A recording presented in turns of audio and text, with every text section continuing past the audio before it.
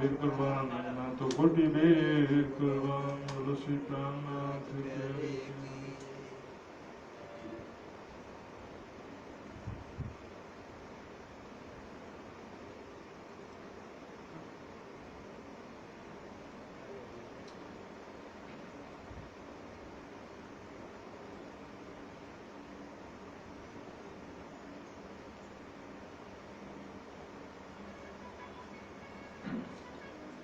बोलो श्री प्राणनाथ प्यारे की जय, सद्गुरु महाराज की जय, धाम के धनी की जय। चर्चा प्रारंभ होत है, सुनो साथ चित जे, भजो राज श्यामा श्री प्राणनाथ, सखी जीवन मारोए। श्री महामति कहे साथ जी, भया चर्चा का बखत, अब तुम सुनियो चित दे, लाल आगे आए बैठे न तखत, लाल आगे आए बैठे न तखत।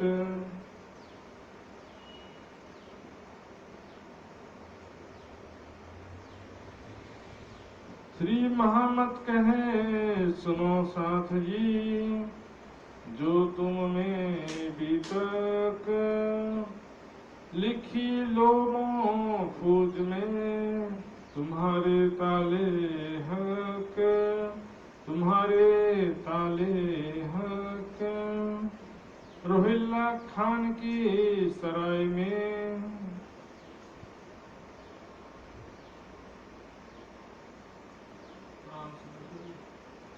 रोहिल्ला खान की सराय में वे परब्रह्म अक्षरातीत धाम के धनी लालदास जी के तन के माध्यम से चौथे और पांचवें दिन की लीला की हकीकत बयान कर रहे हैं।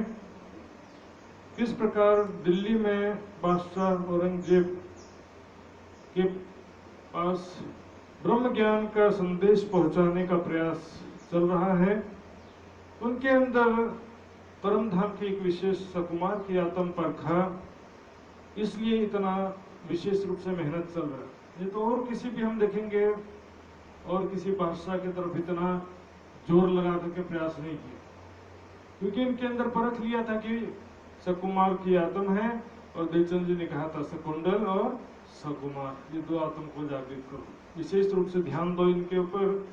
तो अब वहां पर रोहिल्ला खान की सराय में, सराय रोहिल्ला खान में एक हवेली लेकर वहां बैठे और विचार करते अब हमको क्या करना है, आगे किस तरह से संदेश पहुंचाएं।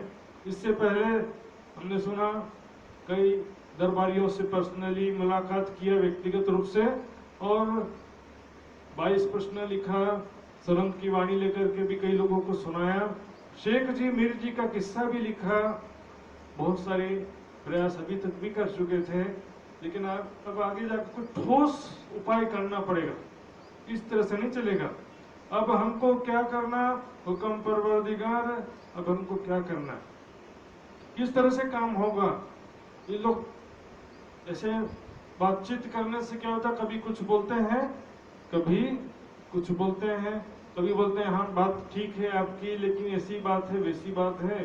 तो इनसे अब निश्चय किया गया, फर्ज अपन ऊपर है पहुंचाने पैगाम, हमारे ऊपर फर्ज जिम्मेदारी है संदेश पहुंचाना, क्योंकि कल कोई ये ना कह सके कि हमको प्राणनाथ जी का संदेश किसी ने सुनाया नहीं। ये हमारे ऊपर जिम्मेदारी, एक बहुत बड़ा ब्रह्म आत्माओं के ऊपर, मुक्त देशी ब्रह्मांड को आए ब्रह्म आत्म सत, ब्रह्म आत्माओं का एक बहुत बड़ा जिम्मेदारी।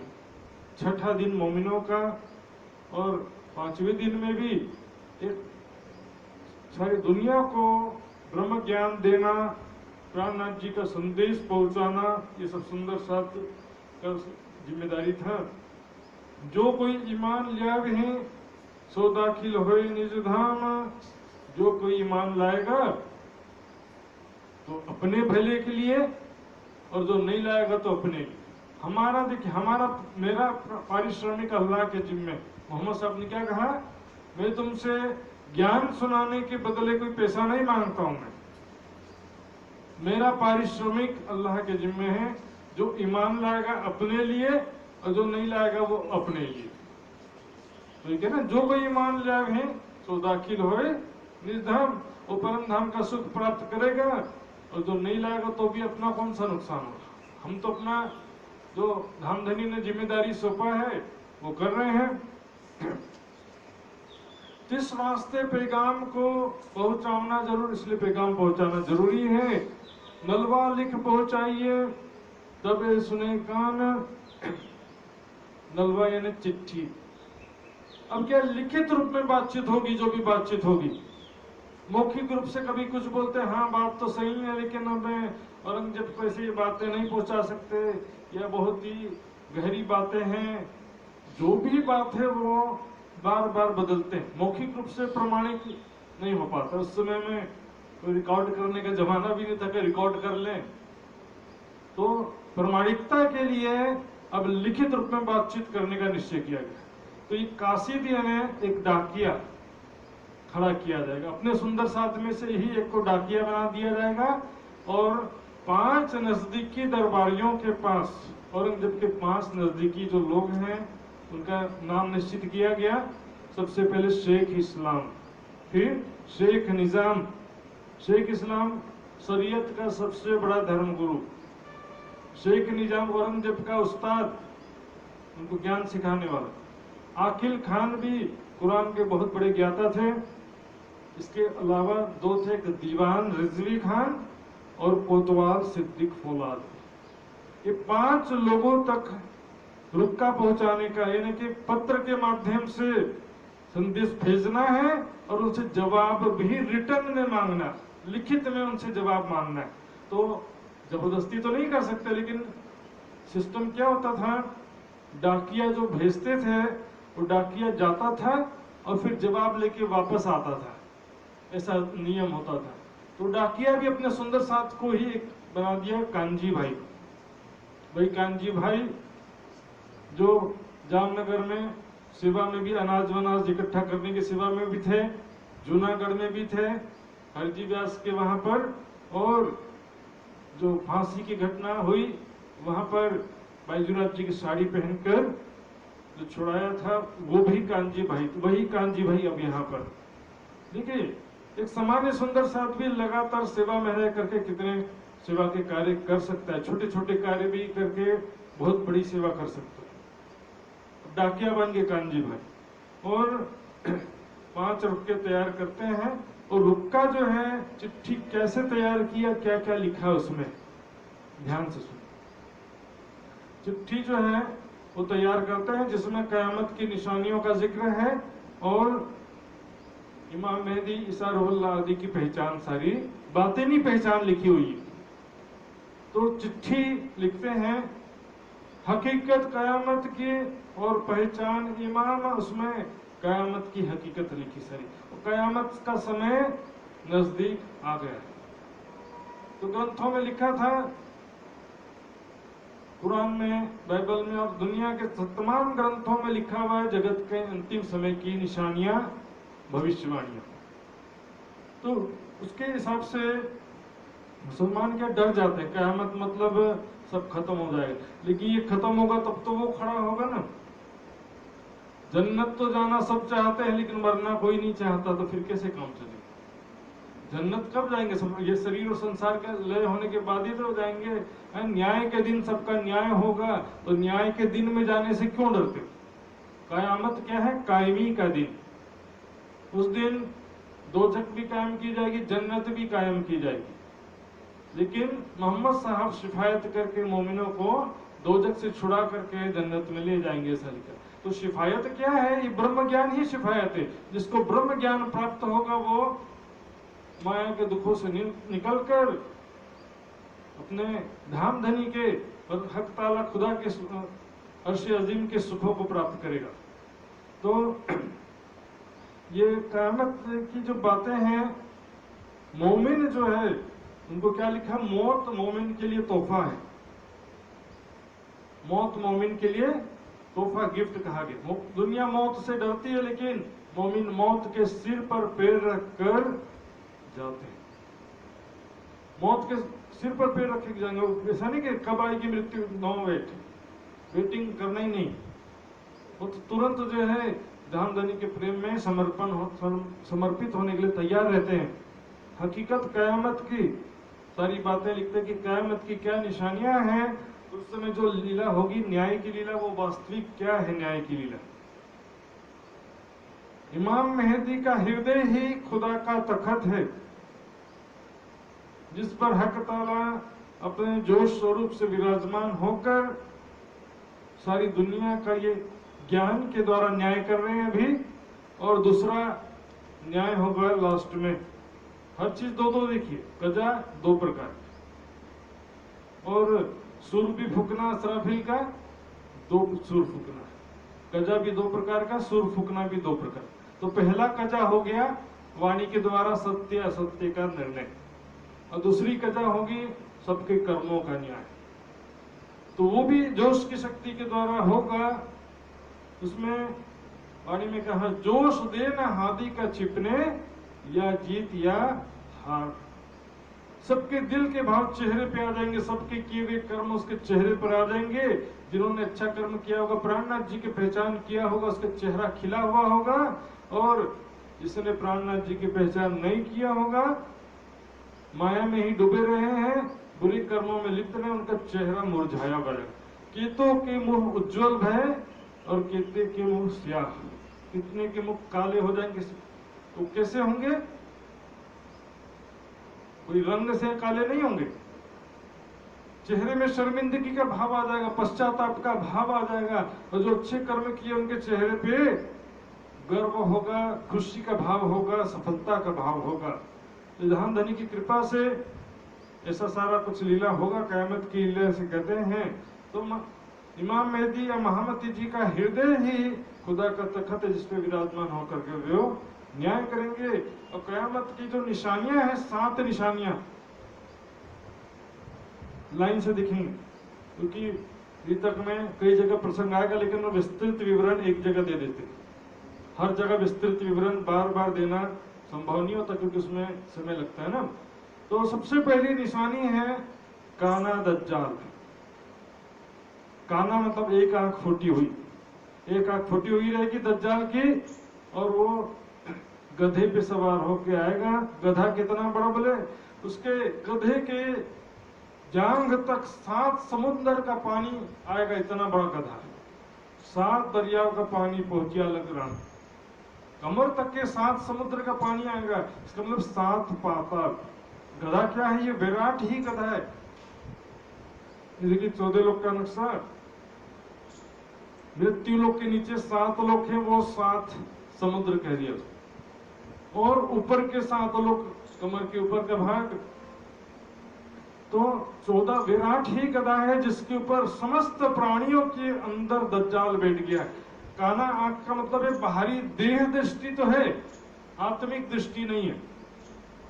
शरीर को सत्य समझते हैं, शरीर के सुख दुख सफलता सफलता को ही सत्य समझते हैं, आत्मिक दृष्टि नहीं है, किसी का रूह की पहचान नहीं हो पाती। चंडाल हृदय निर्मल खेले संग भगवान। चंडाल ऊपर से देखेंगे शरीर से चंडाल है, लेकिन अंदर से खेले संग भगवान, अंदर से परमात्मा के प्रेम में डूबा है। और ब्राह्मण उदर कारण बेचे हरि। उत्तमाई दिखावे अंध के, अपने दिखावा करेंगे उत्तम, हम इतने पवित्र हैं, हम इतना वो करते हैं, कर्म कांड का पालन करते हैं, नियम का पालन करते हैं, दिखावा करते हैं। तो ये देह दृष्टि, शरीर को देखेंगे, परमात्मा की पहचान नहीं कर पाएंगे। एक मानव तन में वे परब्रह्म अक्षरातीत और उनकी आत्माएं प्रकट हुई हैं। शरीर को देखेंगे तो कैसे पता चलेगा? ऊपर से ज्ञान की लीला, बुद्ध अवतार इल्मे लदुन्नी रूपी तलवार से दज्जाल रूपी राक्षस का खात्मा करना है। तो ज्ञान की लीला है, तो उससे सब भ्रमित हो जाते, पहचान पाते। सब शरीर को देखेंगे तो बोलेंगे तो हमारे जैसा तो शरीर है, लेकिन अंदर परमात्मा की शक्ति विराजमान है, वो दिखाई देता नहीं है।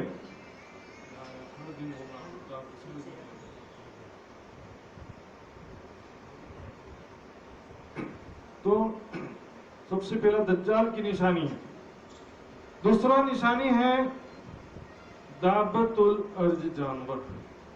दाबतुल अर्ज ये धरती का जीव कहते हैं, इसका अर्थ होता है धरती का जीव।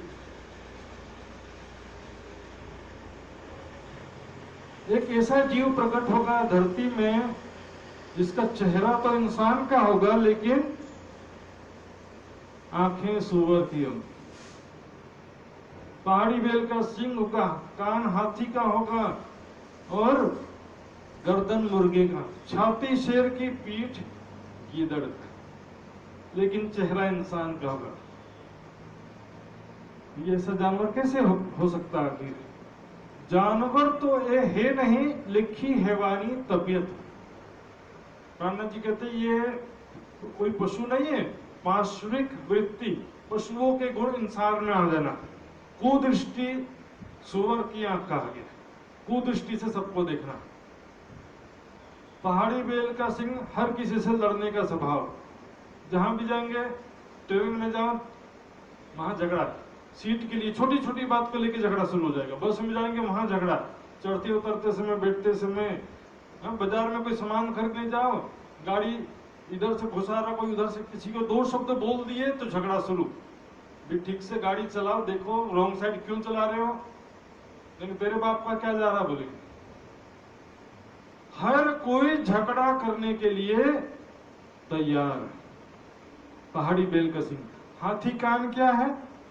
हाथी का विशेष स्वभाव होता है, निंदा बिल्कुल सहन नहीं कर। उसके बारे में कोई गलत बात कहे, बुरी बात कहे, उसे कोई गाली दे, हाथी को कहता ना, कुत्ता भौंके हजार, हाथी चला बाजार, तो गज घंटे बजाए सर हाथी के गले में घंटी लगा देते ताकि किसी की बात को वो सुन ना सके। बहुत गुस्सा वाला होता, उसको कोई गलत बात गाली दे दे हाथी को, कहते कि बेकार हाथी है, इसको तो मार देना चाहिए, तो उसको दौड़ा करके मारेगा। निंदा सुन करके गुस्सा हो जाना, यह है हाथी कान। नेपाल में और असम में हाथियों का किस्सा बहुत होता है, पश्चिम बंगाल में। एक बार का किस्सा है नेपाल का। एक गांव में अक्सर हाथी आते थे, तो उस रात सूचना आई कि फोन आया किसी के कि तुम्हारे गांव की तरफ हाथी आ रहे, निकल चुके, सावधान हो जाओ गांव वालों। तो 2-3 आदमी मिलकर के बात करने लगे, आज हाथी को पकड़ के मारेंगे अपन से। लेकिन उनको मालूम नहीं था कि हाथी पहुंच चुका था, और जिसने ऐसा बोला उसी को ही चुन के मारा हाथी ने। तो हाथी का एक स्वभाव होता, तुरंत निंदा सुन करके गुस्सा हो जाना। मूर्ख गर्दन झुकने को तैयार नहीं। अहंकार है सर, मूर्ख क्या होगा, पूरा शरीर झुकना पड़ता है उसका, सिर्फ गर्दन नहीं झुकेगी। ठीक है, अहंकार जो है जरा सा झुकने को तैयार है। हमारी गलती है तो भी अपनी गलती कभी नहीं मानता मनुष्य, इतना अहंकारी हो गया। शेर की छाती का क्रूरता का स्वभाव, जरा भी दया धर्म नहीं। किसी को लूट रहे हैं, एक कोई गरीब है, भूखा प्यासा है, लूटने से, अनैति करने से, चोरी करने से जरा भी दया धर्म रहता नहीं। हॉस्पिटल में जाओ आज के समय में, बोले कि कोरोना काल में कहावत है, प्राइवेट हॉस्पिटल में जाओगे तो जायदाद से हाथ धोना पड़ेगा, सरकारी अस्पताल में जाओगे तो जान से हाथ धोना पड़ेगा। इसलिए हाथ धोते रहो बार बार, ताकि दोनों जगह ना जाना। प्राइवेट हॉस्पिटल में जाना मतलब छोटी सी बात भी है तो 20-25 हजार तो जाएगा, और थोड़ा सा भी कोई बड़ा मामला है तो 2-3 लाख पता नहीं किस कोने में चले जाते हैं। लूट खसोट का व्यापार है। कोई पुलिस केस हो गया, हाँ, पुलिस वालों को पैसा खिला खिला के थक जाओ, कोर्ट केस हो गया, वहां वकील को पैसा दे दे करके थक जाओ। सब लोग, आम पब्लिक को लूट खसोट करके लोगों ने जीना दुभर कर रखा है। पीठ गिदड़ की, नेक कार्य के लिए पीठ गिदड़ का हो जाता है, धर्म के नाम से पीठ गिदड़। और बोलेंगे हमारे बेटी का किसी का जन्मदिन है, गर्भाधान संस्कार है, और पुंसनयन संस्कार है, शादी है, लाखों रुपया खर्चा करेंगे शादी में, दिखावा में, बर्थडे में, लाखों करोड़ों रुपया शादी में खर्चा कर देते, लेकिन धर्म के नाम से 10वां हिस्सा भी निकलता है पीठ की दर। तो ये जो है एक दूसरी निशानी हो गई। अब तीसरी निशानी है याजूज माजूज। याजूज और माजूज जाहरी कथानक के अनुसार नूह नबी के बेटे याफिस के बेटे, यानी नूह नबी के पोते हो गए। वो लोग बड़े दुष्ट थे, समस्त प्राणियों को धरती पे मार देते थे, खा लेते थे। तो उस समय बादशाह जुल्करनैन ने उन्हें गुफा में बंद कर दिया और उस पे अष्ट धातु की दीवार बना दी ताकि वो बाहर ना निकल सके, दीवार को तोड़ के बाहर ना निकल सके और संसार में उत्पात ना मचाएं, इसलिए बंद कर दिया। अब क्या होता कि हर दिन वो दीवार को चाटते हैं दोनों मिलकर ताकि दीवार तोड़ सके। चाटते चाटते शाम को ये कागज जैसी पतली हो जाती दीवार, बस अब तो टूट ही जाएगी ऐसा। लेकिन वो बोलते हैं कि अब बाकी काम कल कर लेंगे, इंशाअल्लाह जो लोग ना कहें तो न टूट न सके दीवार। इंशाअल्लाह ताला कहना भूल जाते हैं और अगले दिन सुबह देखते हैं फिर मजबूत दीवार हो जाता है। तो दीवार क्या है? ये अष्टधातु का शरीर। शाम को थक करके कागज जैसे हो जाते हैं। भाई अब तो मैं बैठने की विदा करनी, लेटे लेटे टीवी देखो बस, इतना कमजोर हो जाता है, बैठना सीधे अकड़ करके बैठ नहीं पाते। तो सुबह उठेंगे फ्रेश तगड़ा, फिर से भागम भाग शुरू।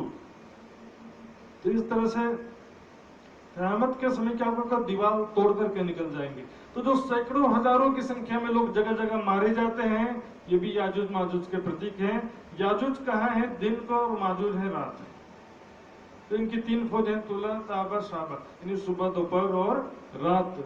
और इनके 4 लाख फौजें हैं। 4 लाख फौज का मतलब है, ये तो गिनती कही दिनों की गिनती। 4 लाख को 365 से डिवाइड करेंगे तो लगभग 1090 साल होता है। 1090 साल 11वीं सदी में क़यामत होगा, इसका प्रतीक है। या 11वीं सदी में याजूज माजूज जाहिर होंगे।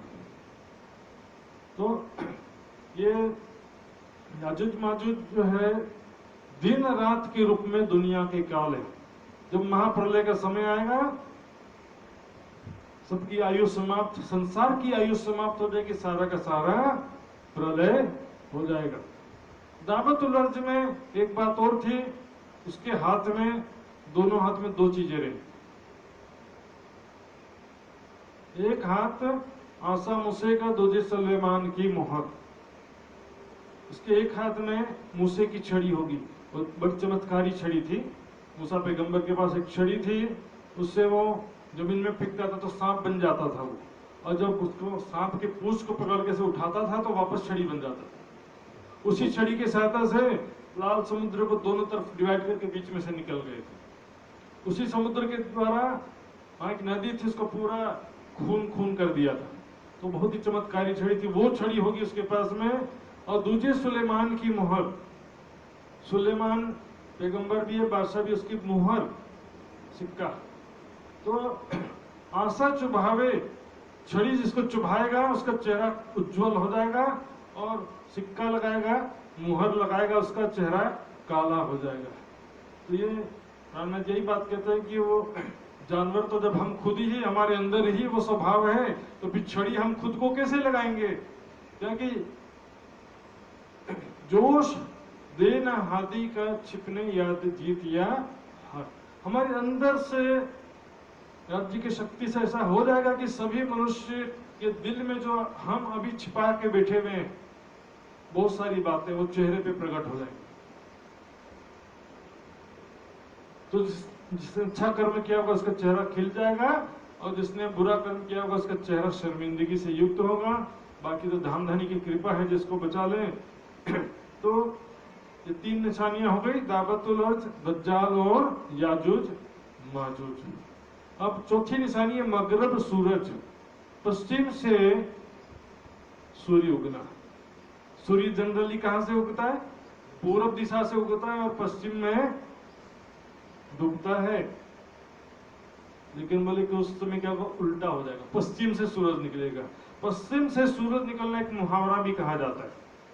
लगता है क्या बात है, आज सुबह जल्दी उठ गए, काम में भी लग गए, लगता है आज पश्चिम से सूरज निकला है। मतलब जो अनएक्सपेक्टेड कुछ ऐसी बात हो जाए जो अपेक्षा से विपरीत हो, नियम के विपरीत या तो प्रकृति के विपरीत हो, उसको कहते हैं पूर्व की बजाय पश्चिम से सूरज उग गया। मुसलमानों के बजाय हिंदुओं में इमाम मेहदी आ गए, यही है पूर्व की बजाय पश्चिम से सूर्य उगना। इसमें दिशा की बात नहीं है, दिशा के देखेंगे तो ये तो इंडिया पूरब कहलाता है और अरब पश्चिम कहलाता है, लेकिन यहाँ बात है अपेक्षा से विपरीत हो जाता। हिंदुओं में भी देखेंगे तो ब्राह्मणों में आएंगे सोचते थे, लेकिन आ गए दूसरे वर्ण में, तो ये अनएक्सपेक्टेड जो चीज हो जाती है इसको कहते हैं पूरब की बजाय पश्चिम से सूरज उगना। फिर क्या कहा कि सूर्य में रोशनी नहीं होगी, बिना रोशनी का सूर्य होगा। तो बोले ऐसा कभी संभव है कि बिना रोशनी का सूर्य होगा? सूर्य उदय तो हुआ है, लेकिन उनको पता चला उनके लिए तो अंधेरा ही रहा ना, दुनिया वालों के लिए अंधेरा रहा, इसलिए बिना रोशनी का सूर्य कहा है। तो ये 4 निशानियां हो गई। इसके बाद जो 3 निशानी है, ईसा रूह अल्लाह का आना, इमाम मेहदी का आना और अशराफिल फरिश्ते का आना। जाहिरी रूप से जो वर्णन किया, अशराफिल क्या, जागृत बुद्धि संसार में प्रकट होगी, उसके विषय में लिखा है अशराफिल 2 सुर फूकेगा। अशराफिल फरिश्ता पीठ कुबड़ी करके झुक करके थोड़ा मुंह में रणसिंघा लेकर रेडी पोजीशन में सुर फूकने के लिए तैयार खड़ा है। जैसे खुदा का हुक्म होगा सुर फूक देगा, और सुर फूकेगा, तुरंत धरती में उथल पुथल हो जाएगा, बड़े बड़े पहाड़ चूर चूर होकर हवा में उड़ेंगे और कब्र में से मुर्दे निकल करके दौड़ने लगेंगे। ये पहला सुर। उसका दूसरा सुर में क्या होगा कि सारी दुनिया खत्म हो जाएगी और योग माया में अखंड हो जाएगी। 2 सुर फूकने का वर्णन आता है। तो पहला सुर का मतलब क्या है, बातिनी मतलब बड़े बड़े पहाड़ क्या है, बड़े बड़े अहंकार से युक्त गादीपति आचार्य महाराज, ये तारतम ज्ञान के सामने, ब्रह्म ज्ञान के सामने उनका अहंकार चूर चूर हो गया। हम इतने बड़े ज्ञानी। हरजी व्यास ने कहा ना, मेरी हाँ को कोई ना नहीं कर सका, मेरी ना को कोई हाँ नहीं कर सका, कर दिया। हरिद्वार में भी बड़े बड़े धर्माचार्य, सबका अहंकार चूर चूर कर दिया। कब्र से मुर्दे उठने का मतलब है ये शरीर रूपी कब्र में जीव जो है अज्ञानता में सोया हुआ है, उसको जीवन का उद्देश्य नहीं मालूम, परमात्मा की पहचान नहीं है। जब ब्रह्म ज्ञान रूपी वर्षा होती है तो जैसे धरती हरी भरी हो जाती है, उसी प्रकार ब्रह्म ज्ञान रूपी वर्षा से जीव ताकतवर होकर के, आत्मबल से युक्त होकर के सावचेत हो जाता है। तो इसे कहते हैं कब्र से मुर्दों का उठना। और दूसरा भी एक होता है, कब्र से मुर्दे उठने का तात्पर्य योग माया में अखंड होना भी होता है, और यहाँ पर ब्रह्म ज्ञान के द्वारा जागृत होना भी कब्र से मुर्दे उठना। अब ईसा रूह अल्लाह और इमाम मेहदी। इमाम मेहदी का मतलब क्या है? इमाम, तो समझिए इमाम का अर्थ क्या होता है? धर्म गुरु, जो मस्जिद में नमाज पढ़ाता है। लेकिन इमाम मेहदी कुछ विशेष प्रकार के स्पेशल इमाम होंगे। क्या लिखा है? इमाम मेहदी को किसी गुरु से या उस्ताद से इल्म हासिल नहीं होगा, खुद खुदा से उनको इल्म हासिल होगा डायरेक्टली। तो जरा सोचिए, तो खुदा से इल्म जो हासिल होगा वो, और जो मदरसे में जो तालीम दिया जाता है, क्या दोनों एक जैसा होगा? मदरसे में जो तालीम दिया जाता वही खुदा भी वही तालीम देगा? पॉसिबल ही नहीं है। तो फिर इमाम मेहदी जो इल्म लाएगा, खुदा से जो इल्म उसे प्राप्त होगा, काजी मौलवी उसको स्वीकार करेंगे कि नहीं करेंगे? जब तक शक्ति प्रदर्शन नहीं होगा तब तक स्वीकार करने वाले, है ना? बिना सोटे के ये लियावे नहीं, ईमान आगे छुपाया।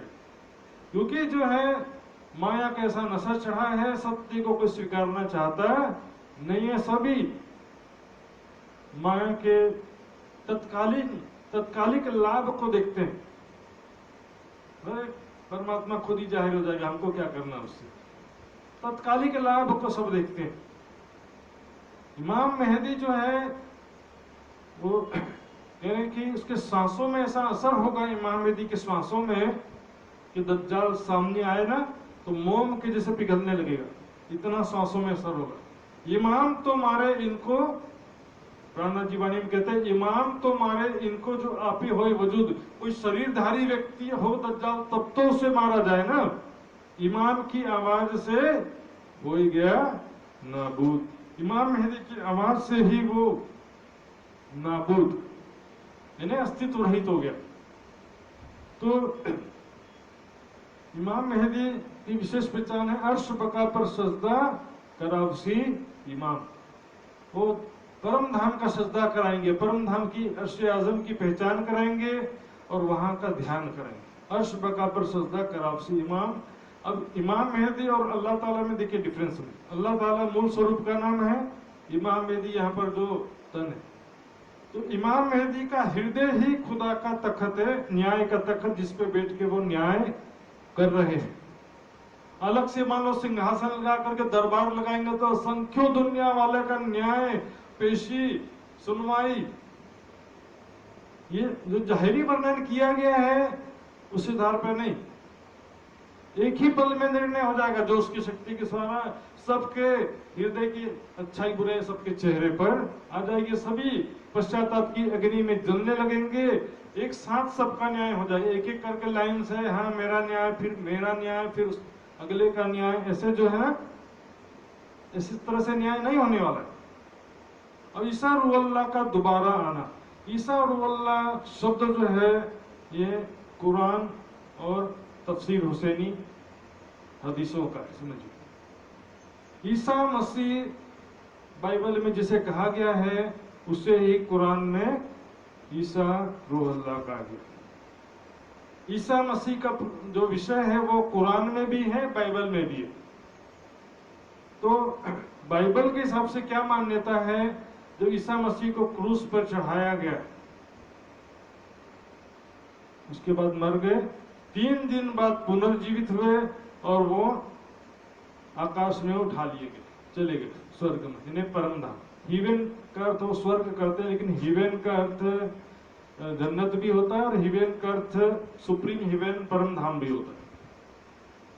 तो अब वो आखिरत में दोबारा आएंगे। बाइबल का जो प्रमाण है हम देखेंगे कि किस प्रकार उसमें लिखा है दोबारा आना। फिर उसके कुरान के विषय में हम देखेंगे, मनुष्य का पुत्र, मैथ्यू 16:27 में लिखा है, मनुष्य का पुत्र अपने स्वर्ग दूतों के साथ अपने पिता की महिमा में आएगा और उस समय वह हर एक को उनके कामों के अनुसार प्रतिफल देगा। कैसे? देखिए ध्यान सुनिए, स्वर्गदूत हिंदी में कहे, लेकिन इंग्लिश में जो शब्द इसके हिसाब से इसका अर्थ जो है फरिश्ते भी होता है। फरिश्ते उर्दू में क्या कहते हैं? फरिश्ते कहते हैं। तो और वाणी के हिसाब से शक्तियों के साथ ईसा मसीह जो है वो ज्यादा शक्तियों के साथ फिर से आएंगे और उस समय हर एक को उनके कामों के हिसाब से प्रतिफल देंगे। उसका वाणी में छुपाइए, देखिए, रूह अल्लाह उतरे अर्श से होए काजी लेसी हिसाब, दे दीदार करसी कायम, यो कहे मोहम्मद किताब। मोहम्मद साहब के ग्रंथ किताब यानी कि हदीसें, तफसीर हुसैनी आदि जो ग्रंथ हैं मोहम्मद साहब के द्वारा लाए हुए, वो क्या कहते हैं कि रूह अल्लाह, उसी को बाइबल में ईसा मसीह को परमेश्वर का पुत्र कहा, लेकिन हदीसों में और कुरान में क्या लिखा है? ईसा रूह अल्लाह खुदा का पुत्र नहीं, रूह है। क्या कहा उसका? खुदा का बेटा नहीं है कुरान के हिसाब से, वो खुदा की रूह है। ईसा रूह अल्लाह खुदा का बेटा नहीं है, खुदा की रूह है। तफसीर हुसैनी में लिखा हुआ है स्पष्ट रूप से ये बात। तो उस हिसाब से क्या कहते हैं बाइबल में, देखिए, मैंने, ईसा मसीह कहते हैं उनके साथियों को, मैंने ये बातें तुमको दृष्टांतों में कही है, भी संकेतों में कही है बहुत सारी बातें, लेकिन वो बातें मैं तुमसे, एक समय आएगा जब मैं तुम्हें दृष्टांतों में नहीं स्पष्ट रूप से बताऊंगा। मैं तुम्हारी सारी बातें तुम्हें खुल करके बताऊंगा। उसमें देखेंगे 10 कुमारियों का दृष्टांत आता है, कई तो बहुत सारे ऐसे प्रसंग आते हैं, ईसा मसीह कहते हैं मैं तुमसे बहुत सी बातें कहना चाहता हूं लेकिन तुम उन्हें अभी सहन कर सकते नहीं, अभी तुम उन्हें सहन नहीं कर सकते। 10 कुमारियों का दृष्टांत आता है और 5 कुमारियां क्या करती हैं, 10 को सूचना मिलता है कि दुल्हा आएगा, रात में सब लोग तैयार रहना, जागते रहना। तो सभी मिलने के लिए 10 कुमारियां मशाल लेके चलती हैं। उसमें से 5 कुमारियां तेल भी ले लेती हैं साथ में कि मशाल यदि देरी हो गया तो बुझ जाएगा, और 5 कुमारियां बिना तेल लिए चली जाती। तो उनका दुल्हा आने में थोड़ा देरी हो जाता है तो उनका मशाल बुझ जाता है। तो जो तेल की कुप्पियां लेके गए थे वो तेल डाल डाल के मशाल को प्रज्वलित रखती हैं। दुल्हा आता है, जो जाग रही थी उनको ले गया, जो सो गए थे उनको छोड़ दिया, जिनका मशाल बुझ गया। तो कुप्पी का तेल के वाणी मंथन करते रहेंगे तो आत्म जागृति बने रहेगा, हृदय में ज्ञान का प्रकाश बने रहेगा, और फिर परमात्मा आएगा उनको ले जाएगा। तो यही बात इसमें कहते हैं, जैसे बिजली पूर्व से निकलकर पश्चिम तक चमकती है वैसे ही मनुष्य के पुत्र का आना। जैसे कुरान में लिखा है उसी तरफ से बाइबल में भी बिल्कुल लिखा हुआ। जैसे बिजली चमकती ना, एक तरफ से चमकती पूरा इधर आकाश में, पूरा एक तरफ से दूसरे कोने तक जाते हुए दिखाई देता प्रकाश। इधर चमकेगी तो उसका प्रकाश निकल करके दूसरी तरफ तक चमकता है पूरा। उसी तरह से मनुष्य के पुत्र का आना होगा, और जब मनुष्य के पुत्र का चिन्ह आकाश में दिखाई देगा तो पृथ्वी के सब कुलों के लोग छाती पीटेंगे। मनुष्य के पुत्र को बड़ी सामर्थ्य और ऐश्वर्य के साथ आकाश के बादलों पर आते देखेंगे। बड़ी सामर्थ्य मतलब मोर पावर, और ज्यादा शक्ति के साथ और फरिश्तों के साथ, 5 शक्तियों के साथ आते हुए देखेंगे, और तुरही के बड़े शब्द के साथ अपने दूतों को भेजेगा। तुरही यानी जागृत बुद्धि, सुर फूकना कहा ना, सराबिल का सुर फूकना यानी जागृत बुद्धि प्राप्त होना, और अपने दूतों को भेजेगा, जो उसकी शक्ति को भेजेगा, और आकाश के इस छोर से उस छोर तक अपने चुने हुए सभी आत्माओं को इकट्ठा करेंगे। कैसे इकट्ठा करेंगे? ये ईसा मसीह का पुनः आना बाइबल के हिसाब से है, और कुरान के हिसाब से क्या है? ईसा रूह अल्लाह का आना।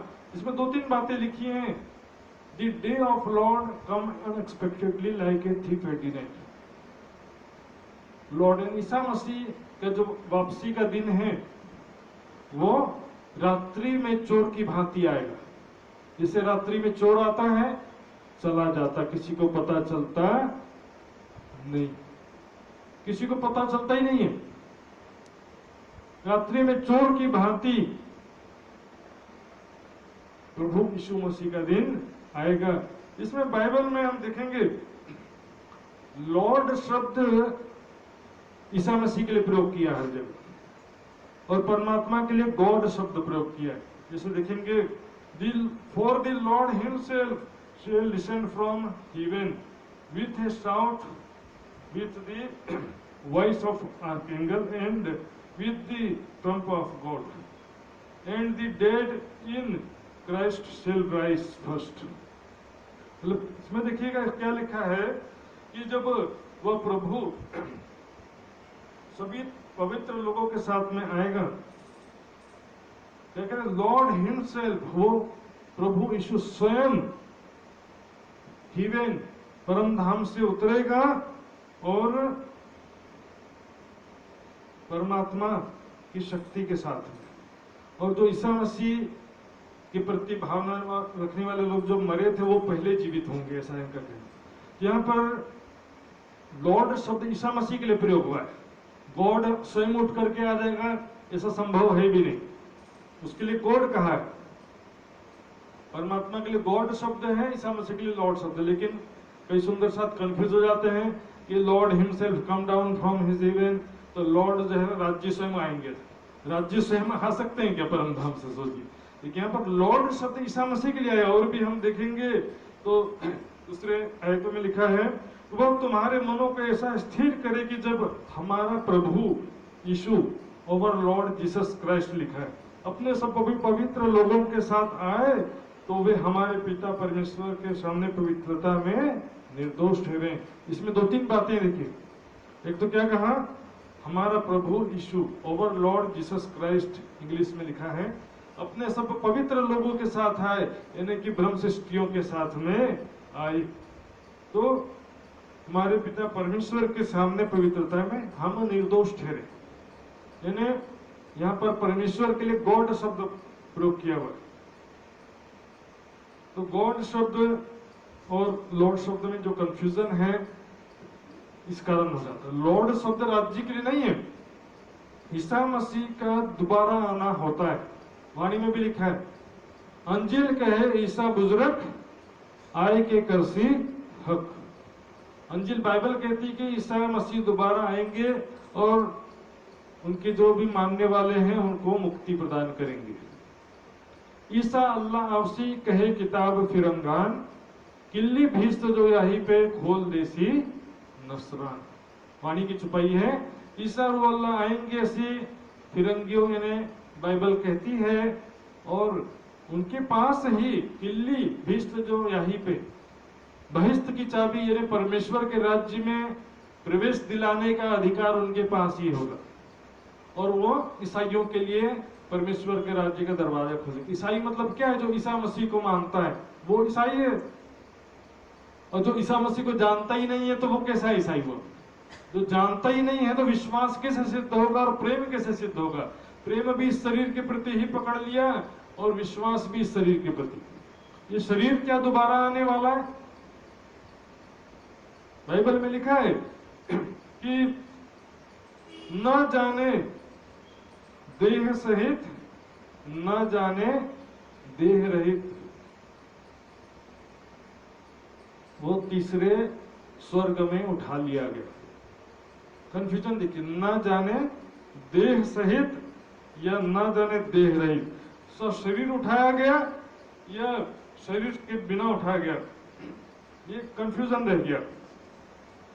क्योंकि बहुत सारे लोग ऐसा मानते हैं कि सशरीर उनको उठा लिया गया, लेकिन ऐसा नहीं है।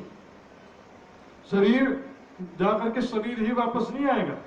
बाइबल में ही लिखा है कि स्वर्गीय देह और होता है और यहाँ का संसारिक शरीर अलग होता है, वहां का शरीर अलग होता है और यहाँ का शरीर अलग हो गया। यहाँ का शरीर वहां नहीं जा सकता और वहां का शरीर यहाँ नहीं आ सकता। वहां नूरमय शरीर होते हैं, बाइबल में इसका प्रमाण स्पष्ट रूप से लिखा हुआ है। तो ईसा मसीह का शरीर दोबारा आने की बात नहीं है और किसी दूसरे ईसा मसीह या दूसरे ईसा के आने की बात नहीं है। इसी बात को कुरान में देखेंगे तो कुरान में क्या लिखा है, ईसा मसीह को जब क्रूस में चढ़ाने ले जा रहे थे तो क्रूस में चढ़ाने से पहले ही खुदा ने उसे आकाश में उठा दिया।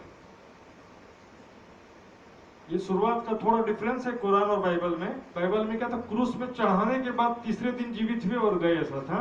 और यहाँ क्या लिखा है कि कुरान के हिसाब से उसको क्रूस में चढ़ाने से पहले ही ईसा मसीह को आकाश में उठा लिया गया। वो आखिरत में दोबारा आएंगे, दमिश्क के एक मस्जिद की मीनार पर आकाश से उतरेंगे। तो उसका प्रमाण हम कुरान के हिसाब से देखेंगे कि कुरान में क्या लिखा है। सूरह ज़ुखरूफ 43 नंबर का सूरा है कुरान का, उसकी आयत है 57 से 61 के बीच में देखेंगे। जब ईसा इब्ने मरियम की मिसाल बयान की गई तो यकायक तुम्हारी कौम खुशी के मारे चिल्लाने लगी। ईसा बिन मरियम यानी मरियम के पुत्र ईसा, मरियम ईसा बिन मरियम। और बेशक वह ईसा इब्ने मरियम कयामत की एक निशानी है, तो तुम हरगिज उसमें शक मत करो। ईसा बिन मरियम, मरियम का बेटा ईसा कयामत की एक निशानी है, यानी कयामत के समय वो फिर से आएंगे दुनिया में। और फिर इसी की व्याख्या में तफसीर हुसैनी कुरान की व्याख्या है। तफसीर हुसैनी भी क्या है, कुरान की व्याख्या है। और ये कुरान की आयत है जो सूरह ज़ुखरूफ की, इसी की व्याख्या में तफसीर हुसैनी में क्या लिखा है, बेशक ईसा अलैहि इल्म है साइत के वास्ते, यानी उनके सबब से जानोगे कि कयामत नजदीक है ना। ईसा अलैहि इल्म है और वो काम उनके सबब से जानोगे, इनके वो जब आएंगे तो तुम जान जाओगे कि क़यामत का समय नजदीक है।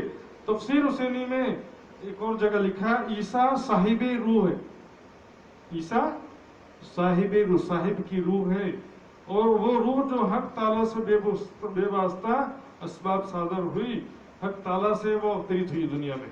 और ईसा रूह अल्लाह हक का बेटा नहीं, रूह है।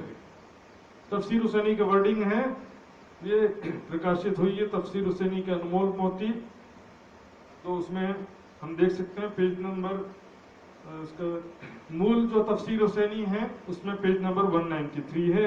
हदीसों में भी इसका वर्णन आता है। अल्लाह के रसूल ने सल्लल्लाहु अलैहि वसल्लम ने इरशाद फरमाया, उस जात की कसम जिसके कब्जे में मेरी जान है, जरूर वह वक्त आने वाला है जब ईसा बिन मरियम हाकिम और आदिल बनकर उतरेंगे।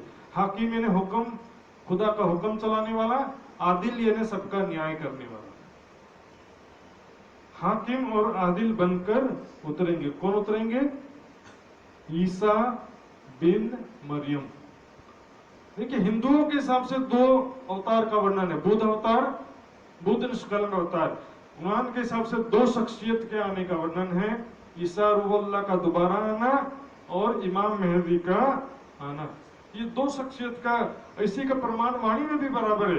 कहे मोहम्मद मसीह आवसी, मोहम्मद साहब कुरान में क्या कहते हैं कि मसीह, ईसा मसीह आएंगे, ले कुंजी लाहौद से एक दिन सब करसी सब कायम होसी कुंजी। तो सब कायम होसी कुंजी है ना। मोहम्मद कहे, मोहम्मद के कहने का मतलब ये हदीस या कुरान से है। कहे मोहम्मद मसीह आवसी, तो कुरान में क्या लिखा वो तो देखो। इतनी एलर्जी है मोहम्मद से और ईसा मसीह से।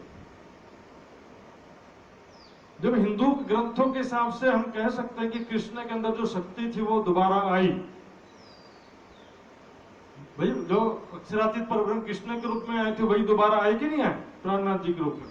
तो कुरान के हिसाब से और बाइबल के हिसाब से वही जो मोहम्मद साहब दोबारा आए, यानी मोहम्मद साहब के अंदर जो शक्तियां थी वो दोबारा आई, ईसा मसीह के अंदर जो स्वरूप था वो दोबारा आया। ऐसा कहने से बड़ी एलर्जी हो जाती है। नहीं, वो थोड़ी आया, दूसरा ईसा मसीह आया, दूसरे मोहम्मद है, तीसरे मोहम्मद है। तो हम अपने अपने खुश होते रहेंगे बोल करके, कोई प्रॉब्लम नहीं। अपना खुद ही बोलो, खुद सुनो और खुद खुश होते रहो। दुनिया को क्या बताओगे? जो बात प्रमाणिक नहीं है वो बात कोई आपका मानेगा? उसमें जो ग्रंथों के हिसाब से देखेंगे, 400 साल पहले जब प्राणनाथ जी थे, 350 साल पहले, तो भारत में मुगलों का शासन था। अंग्रेज उस समय भारत में एंटर नहीं हुए थे। अंग्रेजों का शासनकाल मुगलों के बाद शुरू हुआ। तो उस समय भारत में ईसाई धर्म नहीं आया था, इसलिए वाणी में वितक में ईसाई धर्म का ज्यादा समीक्षा नहीं किया गया है। लेकिन बाइबल में कुछ नहीं लिखा ऐसा ना समझो। परम धाम का वर्णन भी है बाइबल में, मैं आपको बताऊंगा। प्रकाशित वाक्य 21 चैप्टर है, 21वां 21 और 2 वर्सेस में क्या कहते हैं? फिर मैंने पवित्र नगर नए यरूशलेम को स्वर्ग पर से परमेश्वर के पास से उतरते देखा। नया यरूशलेम, ये वाला यरूशलेम नहीं जो अभी इजराइल में, एक नया यरूशलेम, ध्यान सुनिएगा, उतरते देखा जो दुल्हन के समान थी। एक दुल्हन के समान जगमगाती हुई, जैसे जो अपने पति के लिए श्रृंगार की हुई हो, ऐसी दुल्हन के समान सौंदर्य से युक्त थी। नया यरूशलेम ऐसा था। उसकी ज्योति बहुत ही बहुमूल्य पत्थर, उसका प्रकाश था ना बहुत ही कीमती, जैसे माणिक पुखराज पत्थर होता है ना, उसी तरह से बिल्लोर के समान यशब के नई स्वच्छ थी। और नगर ऐसे चोखे सोने का था, एकदम प्योर गोल्ड का शहर था। सड़क स्वच्छ कांच के समान जगमगा रही थी।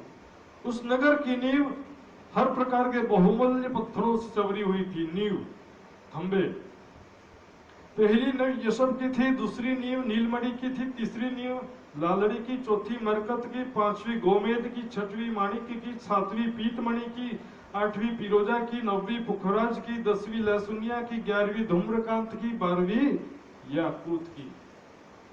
बिल्कुल मूल मिलावे के जैसा वर्णन है।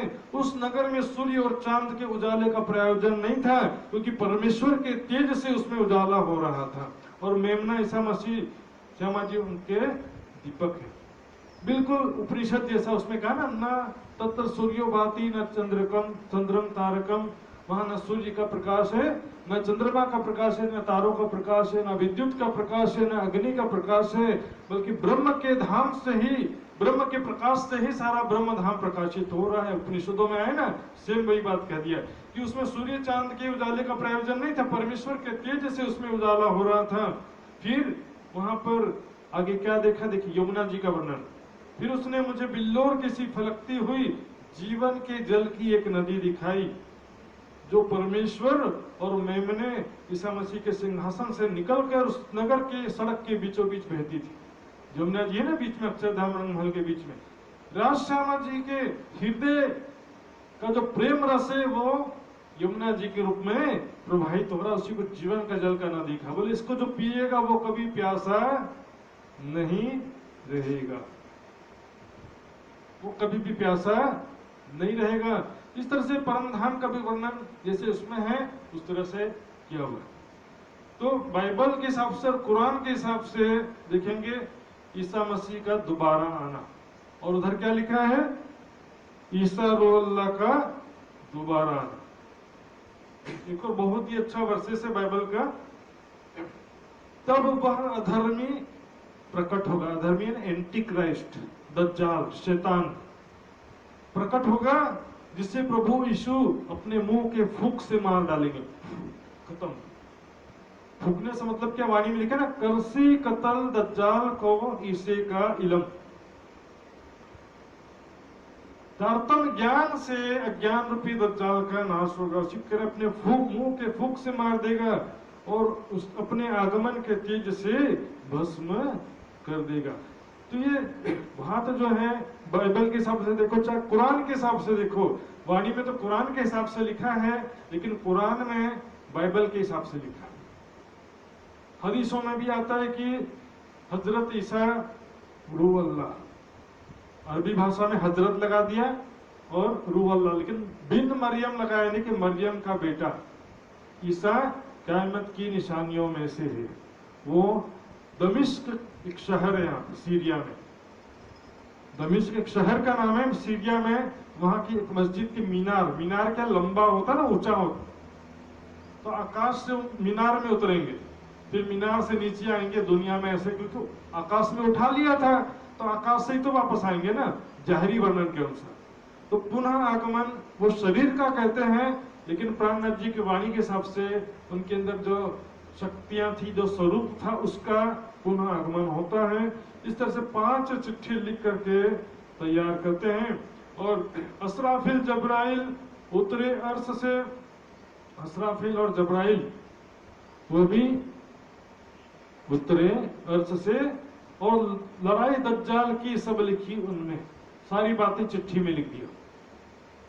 असराफिल का तो 7 निशानियों में जिक्र है, लेकिन जब्राइल का 7 निशानियों में नहीं होता है। जब्राइल क्योंकि पहले भी आ चुका है कि कयामत के समय आएगा, इसलिए अलग से नहीं कहा, लेकिन उसके बारे में लिखा है कि जब्राइल क्या करेगा, कुरान के हरफ चाट जाएगा। कुरान मतलब एक दिन सब कुरान खोल के देखेंगे तो प्लेन पेपर हो चुका रहेगा, कुरान के शब्द चाट लेगा। ऐसा कभी पॉसिबल है बताओ? मतलब कि कुरान की ज्ञान शक्ति वहां से ले आएगा, हिंद में ले आएगा। इसलिए दूसरी जगह क्या कहा वसीयतनामे में, दुनिया की बरकत और फकीरों की शफकत, नूरी झंडा और कुरान जब्राइल ले गया अपने मकान।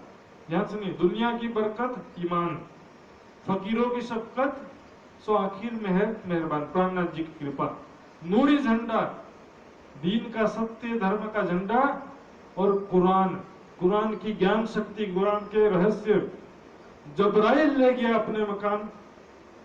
यदि जब्राइल को एक साधारण फरिश्ता, छोटा सा फरिश्ता मान ले और आवेश शक्ति से अवतरित माने कि ज्ञान आवेश से अवतरित होता है, तो भी उसमें कुरान का जो रहस्य है उधर से ईमान है। और प्राणनाथ जी की कृपा जब्राइल इधर से उधर कैसे कर सकता है यदि वो मात्र सेवक है? तो जब्राइल जोश धनी का, जब्राइल और असराफिल कोई फरिश्ते नहीं है, हमेशा समझ लीजिए, हम आग में अच्छे से बिठा लीजिए। कोई पीठ कुबड़ी करके असराफिल नहीं खड़ा है, या पंख वाला कोई पक्षी नहीं है कि जो अपने पीठ में बिठा करके परमात्मा को परम धाम ले जाए। वो एक शक्ति है, जोश की शक्ति, जो आत्मा को जागृत करने के लिए जरूरी है। साथ में इश्क भी जरूरी है, लेकिन जोश भी जरूरी है। जोश फारसी का शब्द है, उसी का हिंदी में समानार्थी शब्द है आवेश। तो यहां पर क्लियर कह दिया उतरे अर्श से। आगे 42वें प्रकरण में 10वीं चौपाई में भी आता है, और जोश जब्राइल आया और असराफिल आए संग, सो उतरे अर्शजीम से खुद खसम के अंग। उतरे अर्शजीम से खुद खसम के अंग। खुद खसम, यहां पर अक्षर वर्ण का तो बात ही नहीं रहा। खुद खसम जब कह दिया तो अक्षर वर्ण की बात कहां से आ गई? खसम कहते तो भी चलता, खुद खसम के अंग करे। सिर्फ खसम होता तो बोलता कि यहां खसम यानी अक्षर वर्ण से नहीं, खुद खसम के अंग अर्श अजीम से। यहां पर सिर्फ अर्श से लिखा, उतरे अर्श से, लेकिन वहां तो अर्श अजीम क्लियर कह दिया। ये 40वां प्रकरण है 42वें प्रकरण की 10वीं चौपाई में। क्योंकि देखिए, एक जोश की शक्ति तो कहीं भी अक्षर की नहीं कहा। जोश या आवेश की कोई भी शक्ति अक्षर की, क्योंकि अक्षर तो फरामोशी में, अक्षर की आत्मा या अक्षर की सुरता हर जगह कहा कि नहीं कहा? आत्म अक्षर जोश धनी धाम। यदि आत्म अक्षर और जोश धनी धाम, धनी का जोश का अर्थ भी अक्षर का आवेश लगाएंगे तो फिर अक्षर की आत्म और अक्षर का आवेश दोनों हो जाएगा। तो फिर राज्य का बचा क्या? अक्षर की आत्म भी आए और अक्षर का आवेश भी आए, ऐसा कैसे संभव? एक व्यक्ति राज्य का आवेश आता तो उसकी सुरता नहीं आती। अक्षर श्यामा जी और सखियों की सुरता आती है या आत्मा आती, लिखा है, लेकिन उनका जोश आवेश आता कहीं लिखा? जो फरामोशी में है उसकी सुरता आती है, और जागृत केवल राज्य है, इसलिए राज्य की सुरता नहीं आती, राज्य का जोश आवेश आता है। इसलिए इसमें क्लियर कर दिया, जब्राइल पिया हुक्मे रूहों करत रखो पाए, सोई सूरत है अपनी पिया हुक्मे लेत मिलाए। जब्राइल जो है राज्य के हुक्म से यहाँ पर रखो पाए, रक्षा कर रहा है। कैसे रक्षा कर रहा? तलवार से नहीं, जोश की शक्ति के द्वारा बुराइयों से रक्षा कर रहा है। राज्य का जो पहचान करा, राज्य के मार्ग में चलने की शक्ति दे रहा है, परम धाम लेके चल रहा है मेराज में। तो रूहों करत रखो पाए, सोई सूरत है अपनी, हमारी ही वो शक्ति है, पिया हक में लेत मिलाए, वो अंत में हमसे मिल जाएगी। फिर यहां पर देखेंगे पूरा 5 छुपाई है। जब सृष्टि का लय होगा, यानी संसार रूपी खेल खत्म होगा, क्या लिखा है? जुदी हमसे फिरी रूह एक अक्षर की सोई, अक्षर की आत्मा हमसे जुदा होगी। लाइन से छुपाई देखेंगे, 4-5 छुपाई। जुदी हमसे फिरी रूह एक अक्षर की सोए, जब फिरे सुनसी हमको तो घुरो आपसी रोए। जब खेल खत्म होगा तो शुरुआत में वो दुखी हो जाएगी कि इतना अच्छा खेल चल रहा था, इतना अच्छा परम धाम का आनंद मिल रहा था, दुखी दुखी जागृत होगी। फिर ए जो भीस्त करी हमो करी यही भान से दुख। पहली बहिष्ठ के द्वारा जो परम धाम का सुख मिलेगा उसको इनडायरेक्टली, डायरेक्टली अभी भी रंगमहल नहीं जा सकता, पहली भीष्ट के माध्यम से इनडायरेक्टली सुख मिलेगा तो वो वापस खुश हो जाएगा। बुध असराफिल पहुंची ताई विदेशी सुख, यहाँ पर 2 बार असराफिल आता है, ध्यान से। बुध असराफिल पहुंची ताई विदेशी सुख, उसको भी अक्षर की बुद्धि पहुंचेगी, उसको भी सुख देगा। फिर क्या कहते हैं? रूह अल्लाह ईसा मसीह नूर नाम तारतम, मूल बुध असराफिल ये हमारी मिने हम। यहाँ पर अक्षर के पास कह रहे थे कि बुध असराफिल पहुंची, एक अक्षर की बुद्धि को भी असराफिल कहा गया है और राज्य के जागृत बुद्धि को भी असराफिल कह दिया गया। मूलभूत असराफिल। राज्य की बुद्धि क्या है? मूलभूत। और उससे पहली चौपाई में क्या कहा? बुद्ध असराफिल पहुंची ताए विदेशी सुख। बोले क्या और भी जगह चौपाई है? जागृत बुद्धि दो प्रकार की है, कैसे देखिए। पार बुद्ध पाए पीछे या को हौसी बड़ी मान, बड़ो मान। जागृत अक्षर की बुद्धि की बात है। अक्षर की बुद्धि को कहीं भी जागृत बुद्धि नहीं लिखा है। मेरी संगतें ऐसी सुधरी बुद्ध बड़ी हुई अक्षर। अक्षर की बुद्धि तो फरामोशी में है। तारतम ज्ञान से तो अक्षर की बुद्धि को खबर पड़ा, तो फिर दुनिया को कहां से वो जागृत बुद्धि प्रदान करे? क्या करें? अक्षर की बुद्धि को भी, अक्षर की बुद्धि जो असराफिल, उसका प्रसंग चल रहा है। ये कलश हिंदुस्तानी का 18वां प्रकरण में देखेंगे। पार बुद्ध पाए पीछे या को होशी बड़ो मान। जागृत बुद्धि पार बुद्ध, अक्षर से परे निज घर की बुद्धि पाने से अक्षर की बुद्धि का सम्मान बढ़ जाएगा। और अक्षर नेक ना छोड़े न्यारी उद्योग नहीं चल मान। फिर अक्षर की बुद्धि उसको एक पल भी छोड़ेगी नहीं। तो इसलिए यहाँ पर जो बात है, राज्य के निज बुद्धि को असराफिल कहा गया है, जब्राइल धनी के जोश को कहा गया है, सो उतरे अर्शेजीम से।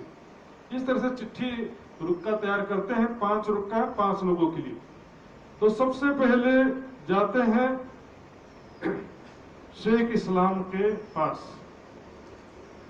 तो कांजी भाई को जैसे डाकिया बना के भेजा है। मैं पूछ रहा हूं ऐसा नहीं, मैं तो उनका चिट्ठी लाया हूं बस।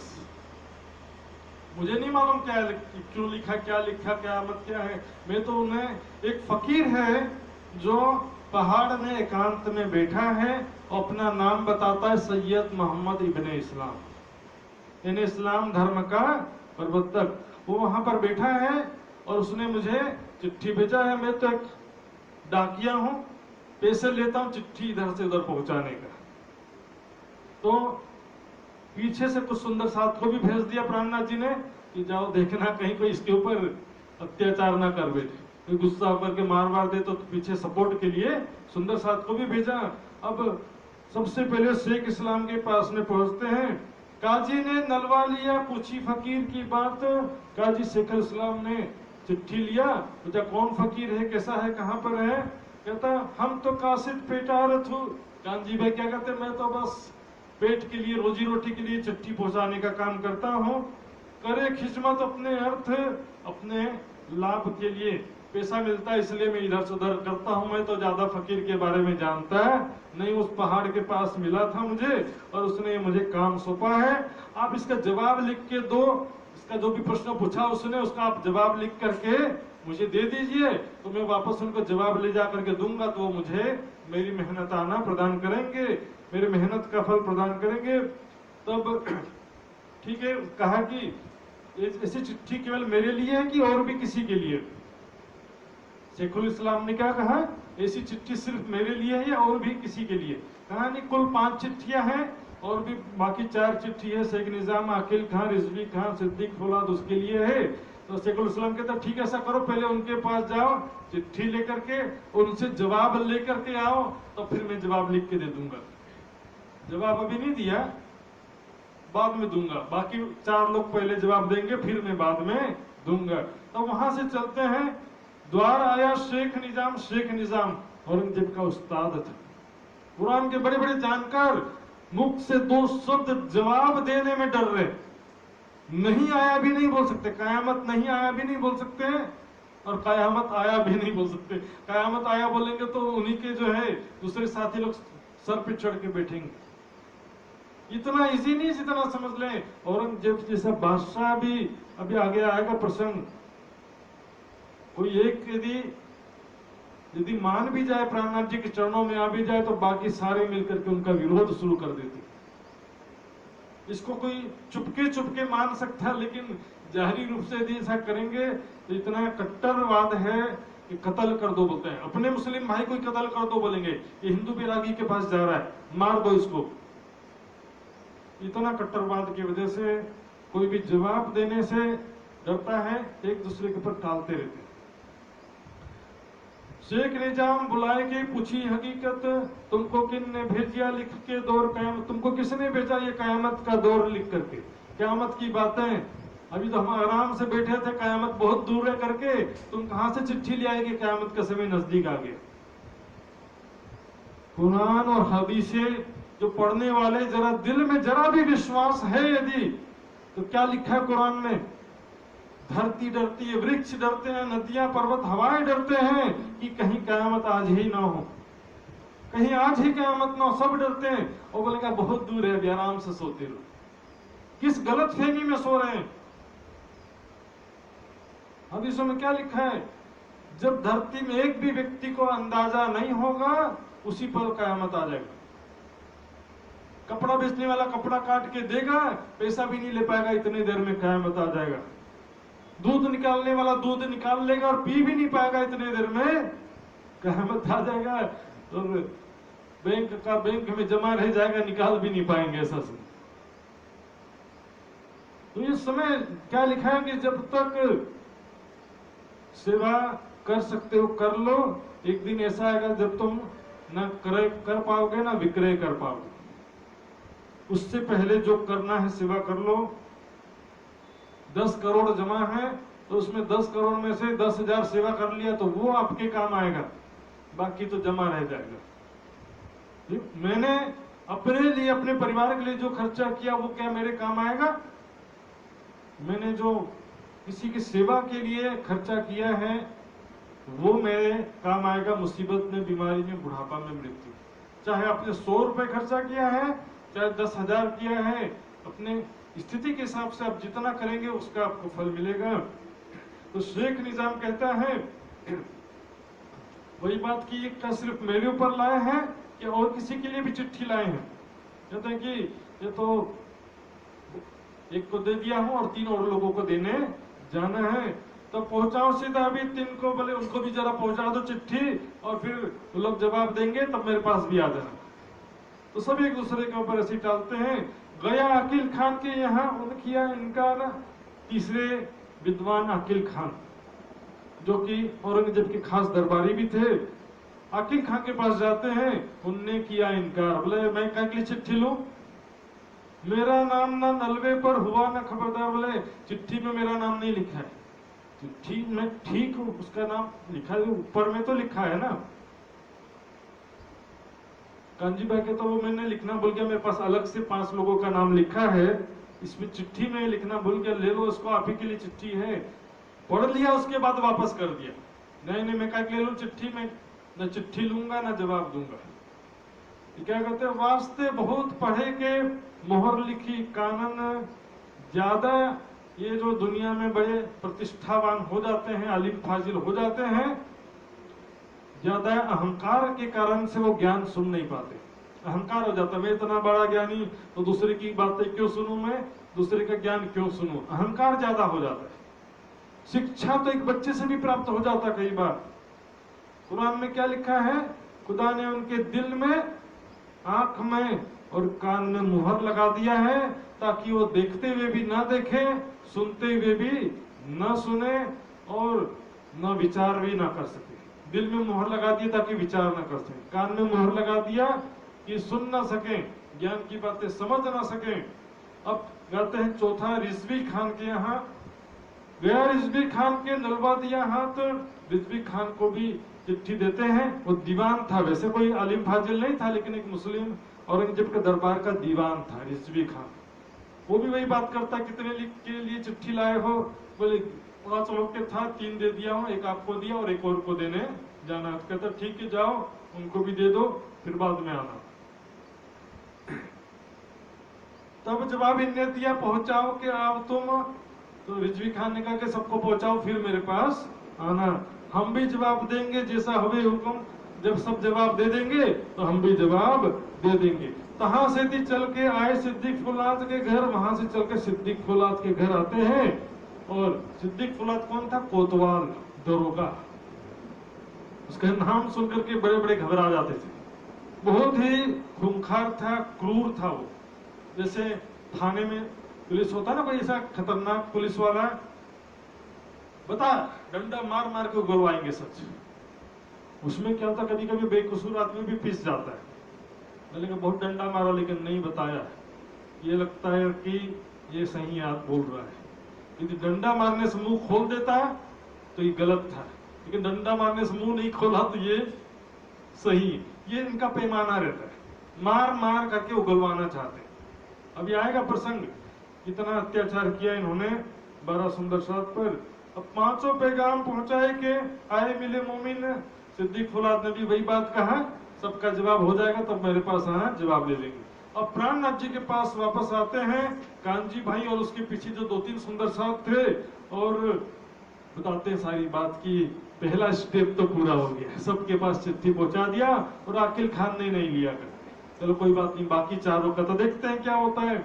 फिर सवारे पहर में कांजी फिरा सबन, अगले दिन सुबह फिर कांजी भाई सबके घर चक्कर लगाया, एक डारे दूसरे पर, जवाब न दिया किन। क्या जवाब दे तो क्या दे, ना नहीं बोल सकते, ठीक है गलत है तो ना लिख दो, नहीं आपकी बात छूटी है, इतना तो लिख सकते हैं ना, इसमें क्या किसका डर है। लेकिन वो भी नहीं, खुदा का डर। यदि ना भी नहीं लिख सकते कि बात तो सच्ची लग रही है, और सही भी नहीं लिख सकते कि भाई एक तो इस संसारिक सुखों का लोभ भी है और ऊपर बड़े अधिकारियों का, बादशाह का डर भी है। तो जब लोगों ने 15 दिन तक चक्कर लगाते हो गए, जवाब नहीं दिया, तब कांजी भाई शेख निजाम के पास जाता है और गिड़गिड़ाता है कि मुझे कृपया करके आप जवाब दे दीजिए ताकि मैं फकीर से अपना मेहनताना प्राप्त कर सकूं। तब जवाब दिया इनने, एक काम नहीं सिताब निजाम। शेख निजाम क्या कहता है, ये कोई जल्दबाजी का काम नहीं है, छोटी मोटी बात तुमने नहीं पूछा है कि बस हाँ ना लिख के टिक लगा दो वैकल्पिक प्रश्न।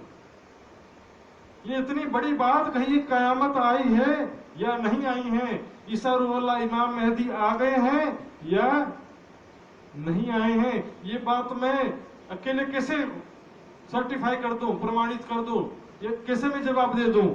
ये तो इमामत का दावा ले आए तुम, ये तो बहुत बड़ी बात है, इमाम मेहदी का दावा लेकर के आए हो तुम, ये तो काम सुल्तान का, क्या जवाब देवे हम, ये तो सुल्तान औरंगजेब की बस की बात है, हमारे जैसे छोटे मोटे लोगों के बस की बात नहीं। इतनी बड़ी बात है, इसको मैं ना भी नहीं कह सकता और हाँ भी कह सकता नहीं हूँ।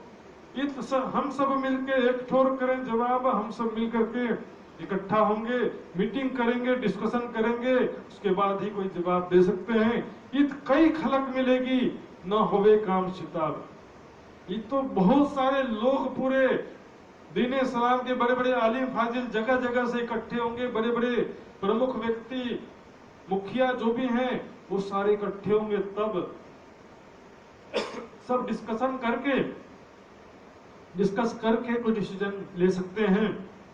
तो वहां से काजी शेखुल इस्लाम के पास जाते हैं, उससे भी क्या जवाब तलब, उससे जवाब की अपेक्षा रखते हैं कि हे काजी साहब आप तो जवाब दे दो, आप तो इतने बड़े काजी हो, सारी दुनिया का न्याय करते हो, कजा करते हो। काजी है ना, तो सबका न्याय करता, झगड़े का निपटारा या किसी मामले में, इंग्लिश में बोलते हैं जज, हिंदी में न्यायाधीश। तो कहता है ना काम हो मुझसे जो मैं जवाब करूं, अब मैं कोई मेरे बस की बात नहीं कि मैं जवाब तुरंत लिख के दे दूं। बात बड़ी लाए तुम, ए मुकदमा कयामत, ये बहुत बड़ी बात लेकर के आए तुम, छोटी मोटी बात नहीं है, कयामत का मुकदमा है। कुरान के हिसाब से और बाइबल के हिसाब से भी बहुत सारे झूठे इमाम, झूठे ईसा मसीह संसार में आएंगे, ऐसा लिखा है। कयामत के समय झूठे इमाम मेहदी और झूठे ईसा मसीह आएंगे। तो ऐसे में हर कोई डरता भी, कैसे हम माने सच्चा है कि झूठा है, जब तक ज्ञान और बुद्धि साक्षी नहीं दे रही, उनके आत्म गवाही नहीं दे रही है। तो इतना ऐसे नहीं आम मनुष्य के लिए इतने संप्रदाय, हजारों संप्रदाय और धर्म के भीड़ में सत्य धर्म और सत्य ज्ञान को पहचानना, परख करना आम आदमी के बस की बात नहीं होता है। और ग्रंथों में ऑलरेडी लिखा है कि झूठे, बाइबल में लिखा है कि झूठे ईसा मसीह बहुत सारे आएंगे, और कुरान में लिखा है कि झूठे इमाम मेहदी बहुत सारे आएंगे। और देखो मुस्लिम में कई इमाम मेहदी का दावा कर रहे हैं, हिंदुओं में कई बुद्ध निष्कलंक स्वरूप का दावा कर रहे हैं, ईसाइयों में भी कर रहे होंगे। तो ये उसमें क्या कि सच और झूठ का पता कैसे लगाएं? हम पांचों मैं पढ़त पढ़त आजिज भया दादा का गदतित। सिखुल इस्लाम क्या कहता है? मैंने चिट्ठी बार बार पढ़ा, क्या लिखूं, क्या जवाब दूं। पढ़ पढ़ करके मैं परेशान हो गया, दुखी हो गया। तब कागज दाराती थे कोने में रख दिया मैंने कागज, सोच सोच के परेशान हो गए, क्या लिखूं, इसमें क्या लिखा है। बात तो सही भी, दादा बोल तो लर्ज की निशानी लिखा है, वैसा भी पॉसिबल है ही है। इमाम मेहदी की बात भी सही है, दज्जाल भी कोई आंख का फूटा नहीं होना चाहिए, वो तो अंदर जो बातिनी दृष्टि का ना होना ही बात भी सही है। इसको सही लेकिन कैसे लिख दूं? ऊपर बड़े बड़े दूसरे भी लोग हैं, उनके बिना मैं अकेले कैसे लिख सकता हूँ? गलत कैसे लिख दूं? बात तो सही लग रही है तो गलत कैसे लिख दूं? सोच सोच के परेशान हो गया मैं, तब बाजू में रख दिया। अब इसके बाद पहुंचते हैं सिद्दीक फौलाद के पास में, जाते हैं, कोतवाल साहब आप तो लिखो जवाब। सिद्दीक फौलाद कहता है ये तो काम किसी काजी मौलवी का काम है, मैं क्या बताऊं, मैं तो कोतवाल हूं। ये काजी मुल्ला का काम है, काजी मुल्ला का काम, मैं क्या जानू कुरान की, मैं क्या जानू कुरान में क्या लिखा है, ये काजी मुल्ला का काम है। कांजी भाई कहता है भाई आपको नहीं मालूम तो ऐसा करो, अभी चिट्ठी बादशाह तक पहुंचा दो, बादशाह खुद ही जवाब दे देगा। कोतवाल सिद्दीक फौलाद कहता है ये मेरे बस की बात नहीं, कहिए हमारा बूता नहीं, हमारे सामर्थ्य में नहीं है। भूल चूक वचन कहें तो बड़े पावे, तो गलती से कुछ ऊपर नीचे शब्द निकल गया तो कत्ल हो जाएगा। इमाम मेहदी और कयामत की बातें हैं, इसको जो है मैं औरंगजेब बादशाह के सामने में मेरी हिम्मत नहीं कि इस विषय में मैं बात कर सकूं। तो वहां से फेर के गया रिजवी खान के पास जाते हैं और उनको क्या कहता कानजी भाई मैं तुम पर ले आया शादी के वचन, शादी है ना खुशखबरी, मैं तुम्हारे लिए खुशखबरी लाया हूं, क्योंकि कुरान में लिखा कि क़यामत का दिन मोमिनों के लिए खुशखबरी है। उस दिन खुदा का दीदार होगा, बेशक तुम अल्लाह का दीदार करोगे क़यामत के दिन, निस्संदेह तुम अल्लाह का दीदार करोगे लिखा है। इसके अलावा दूसरी जगह एक जगह लिखा है, मोहम्मद साहब से पूछते हैं कि जैसे हम आपको देख रहे हैं उसी तरह से करेंगे? हाँ बिल्कुल, जैसे तुम मुझे देख रहे उस तरह से आमने सामने दीदार होगा और बातचीत भी करोगे तुम, ये भी लिखा है। खुशखबरी लाया हूं, कहा रिजवी खान को, तो रिजवी खान कहता है क्या तुमने खुशखबरी लाया है, क्या शादी करे हम, क्या खुशखबरी मनाए? आज ही कयामत लाया, चाहिए मारिया तुम, आज ही कयामत ले आए हो, कयामत यानी महाप्रलय हो जाएगा, क्या खुशी की बात है? कयामत यानी महाप्रलय समझते हैं, कयामत यानी कायमी, महाप्रलय का तो फना फिल्ला होता, फना हो जाना, सारी दुनिया को कायम हो जाना, जन्नत का कायम होना ही कयामत है। कायम शब्द से कयामत बना है। तो अजू हमारे दिल में रहे दुनिया की उम्मीद, हमारे दिल में भी दुनिया की उम्मीद है, इसलिए हम अभी मरना चाहते नहीं है, कयामत अभी लाना चाहते नहीं है। जोरू लड़के घर की छूट जात सब कैद, हाँ पत्नी है बच्चे हैं, अभी तो मैंने बड़ा सपना देखा है, बहुत सारी खुशियां मनाना है, बहुत सारा सुख भोगना है संसार में, और तुम कयामत का समय लिया होगा तो सब छूट जाएगा, इतनी सारी खुशियां। देखिए मरते समय किसको ज्यादा डर लगेगा? जिसको दुनिया में ज्यादा सुख मिला है उसको ज्यादा डर लगता है मरते समय। और ये भी कहा कि मरते समय क्यों डर लगता है? जिसको मरने के बाद की जिंदगी का पता नहीं है उसे मरने से डर लगता है।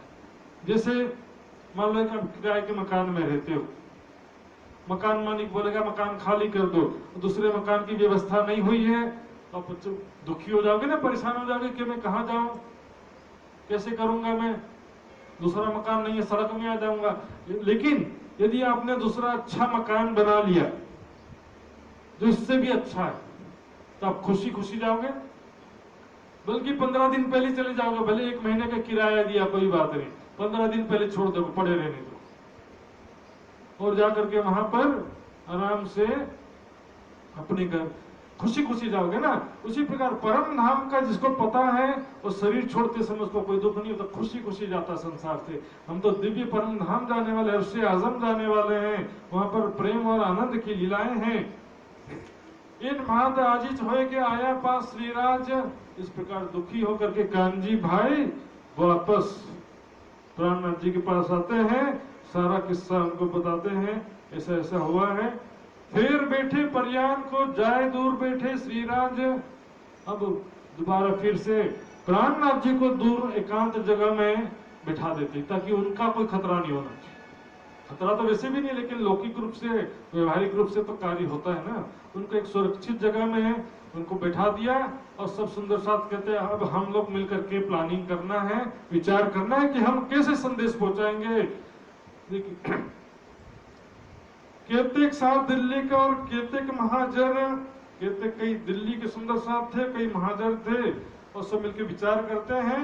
एक बात दिल में ले तुम्हारी बीतक, सब सुंदर साथ मिलकर विचार करते हैं कि देवचंद जी तुम पर भेज दिया है हक। श्री देवचंद जी ने को हमारे लिए धामधनी ने भेजा, श्यामा जी स्वरूप देवचंद जी को हमारे लिए धामधनी ने भेजा। और मोहम्मद साहेब आए लेकर हक कलाम, मोहम्मद साहब जो कुरान लेकर के आए वो भी हमारे वास्ते लाए। देवचंद जी भी श्यामा जी स्वरूप हमारे वास्ते आए, अरब में मोहम्मद साहब भी कुरान लेकर के आए, वो भी हमारे वास्ते आए। सो लियाए तुम्हारे वास्ते, हमारे लिए कुरान लेकर के आए हैं। एक कलाम तुम बिना और कहूं ना खुलत, ये कुरान के रहस्य हमारे बिना और किसी को स्पष्ट होते नहीं, किसी को पता नहीं चलता है। पैगाम को पहुंचावते क्या करे तुम, तो फिर कहते हैं उस कुरान का संदेश पहुंचाने से क्या कर लेंगे ये मुसलमान या औरंगजेब पास, हमको क्या करेगा। जो कभी भेष बदले तो डर नहीं, हम भेष बदलना पड़ेगा तो भी हमको कोई चिंता नहीं है। हम मुस्लिम फकीर का भेष विधारण करने से डरेंगे नहीं। जो कभी मार डाले तो हमें मरने का नहीं डर। आपस में प्लानिंग कर रहे, सलाह मशवरा कर रहे हैं सभी सुंदर साहब। हमको मार भी दे तो भी हमको मरने का डर नहीं है। क्यों? हम जागे अपने धाम में, हमको नहीं फिक्र, हम अपने धाम में जागृत हो जाएंगे। ये बात सब दृढ़ करो दिल के बीच फिक्र, सब सुंदर साथ मिलकर विचार कर लो। किसी को भी कोई डर लग रहा हो तो अभी बता दो, फिर बाद में मत पीछे नहीं हटना। जैसा जिन उकलेश हो तैसा कहो करार, जिसको जैसा भी दिल में कुछ शंका है, कुछ प्रश्न है तो पूछ लो, विचार कर लो, नहीं तो फिर अब आगे हम जान हथेली पे लेकर के अब काम करना पड़ेगा। बिना आपा दिए और ना लिया जाए, अपने आप को समर्पित किए बिना औरंगजेब तक संदेश हम पहुंचा सकते नहीं है। ये तो राज के हुक्म में बैठे हैं अपन, ये तो राज्य के हुक्म से कृपा से हम सुरक्षित बैठे हैं। दिल्ली के बीच में इतने दिन से संदेश फिर भी सुरक्षित है, जबकि वहां पर कोई एक हिंदू यदि कुछ शब्द बोल दे तो तुरंत गर्दन कट जाती। लेकिन बोले इतने दिन से राज्य की कृपा से बैठे हैं। ये तो निश्चय एहज है हक बुरा ना करे मोमिन, राज्य कभी भी आत्मा का बुरा कर सकते नहीं है। दूसरे अपना अंकुर है ये जो सकुमार से, औरंगजेब के अंदर जो सकुमार की आत्मा है उससे हमारी आत्मा का संबंध है। सो जोरा क्यों ये ना करे थे एक थे वतन में, इसलिए औरंगजेब भी हमसे अत्याचार हम हमारे ऊपर नहीं कर सकते, क्योंकि हम परम धाम में एक साथ रहते थे। इसलिए सकुमार की आत्मा है, इसलिए औरंगजेब भी हमारे पर अत्याचार कर सकता नहीं है। इस प्रकार सब मिलकर के संदेश पहुंचाने का निश्चय करते हैं कि जामा मस्जिद में जाकर के शाम को सनंद की वाणी गाएंगे।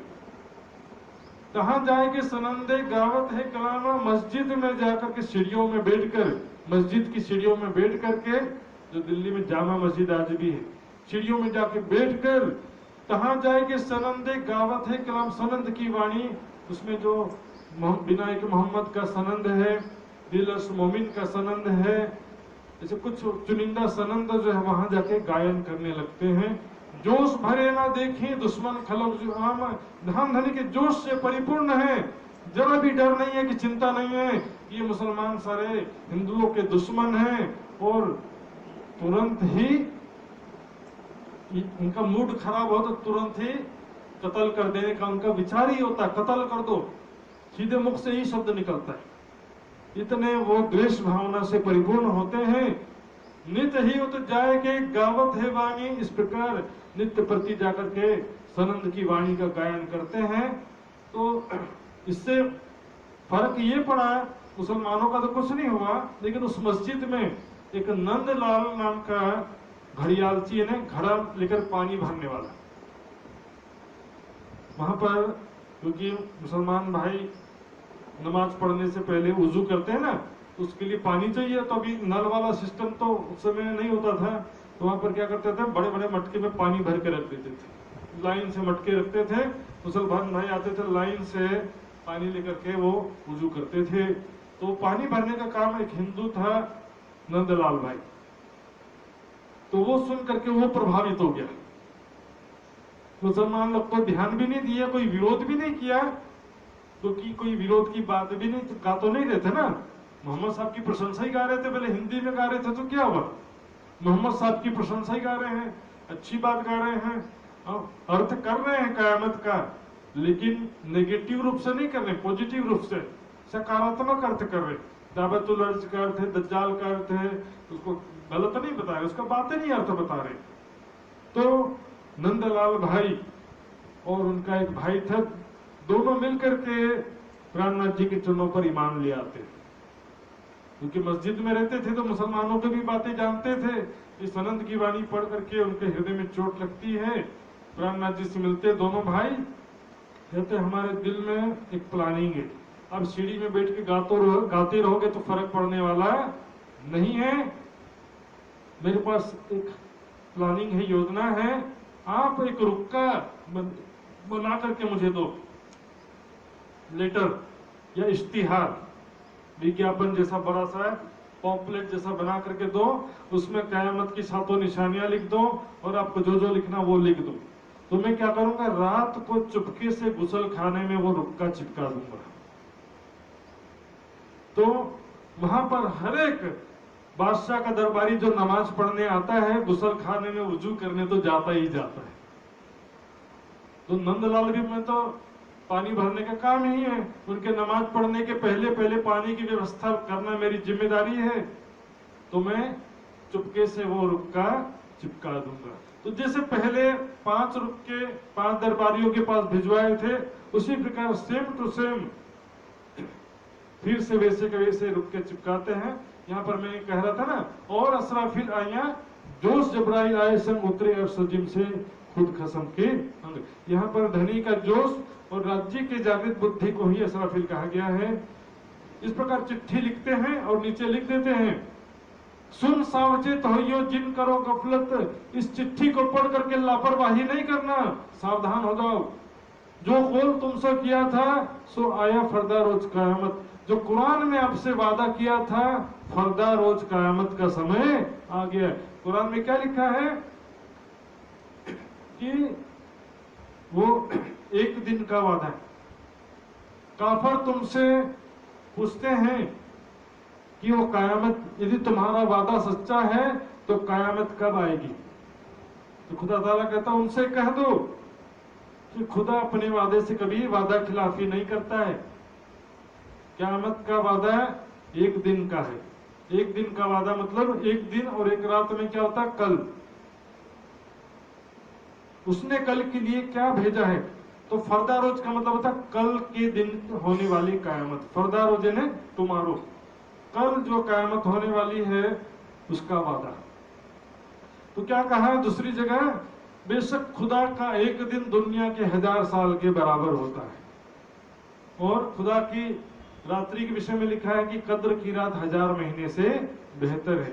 तो 1000 साल और 1000 महीने मिलाकर के 11वीं सदी का समय, कयामत का समय कुरान के हिसाब से निश्चित होता है।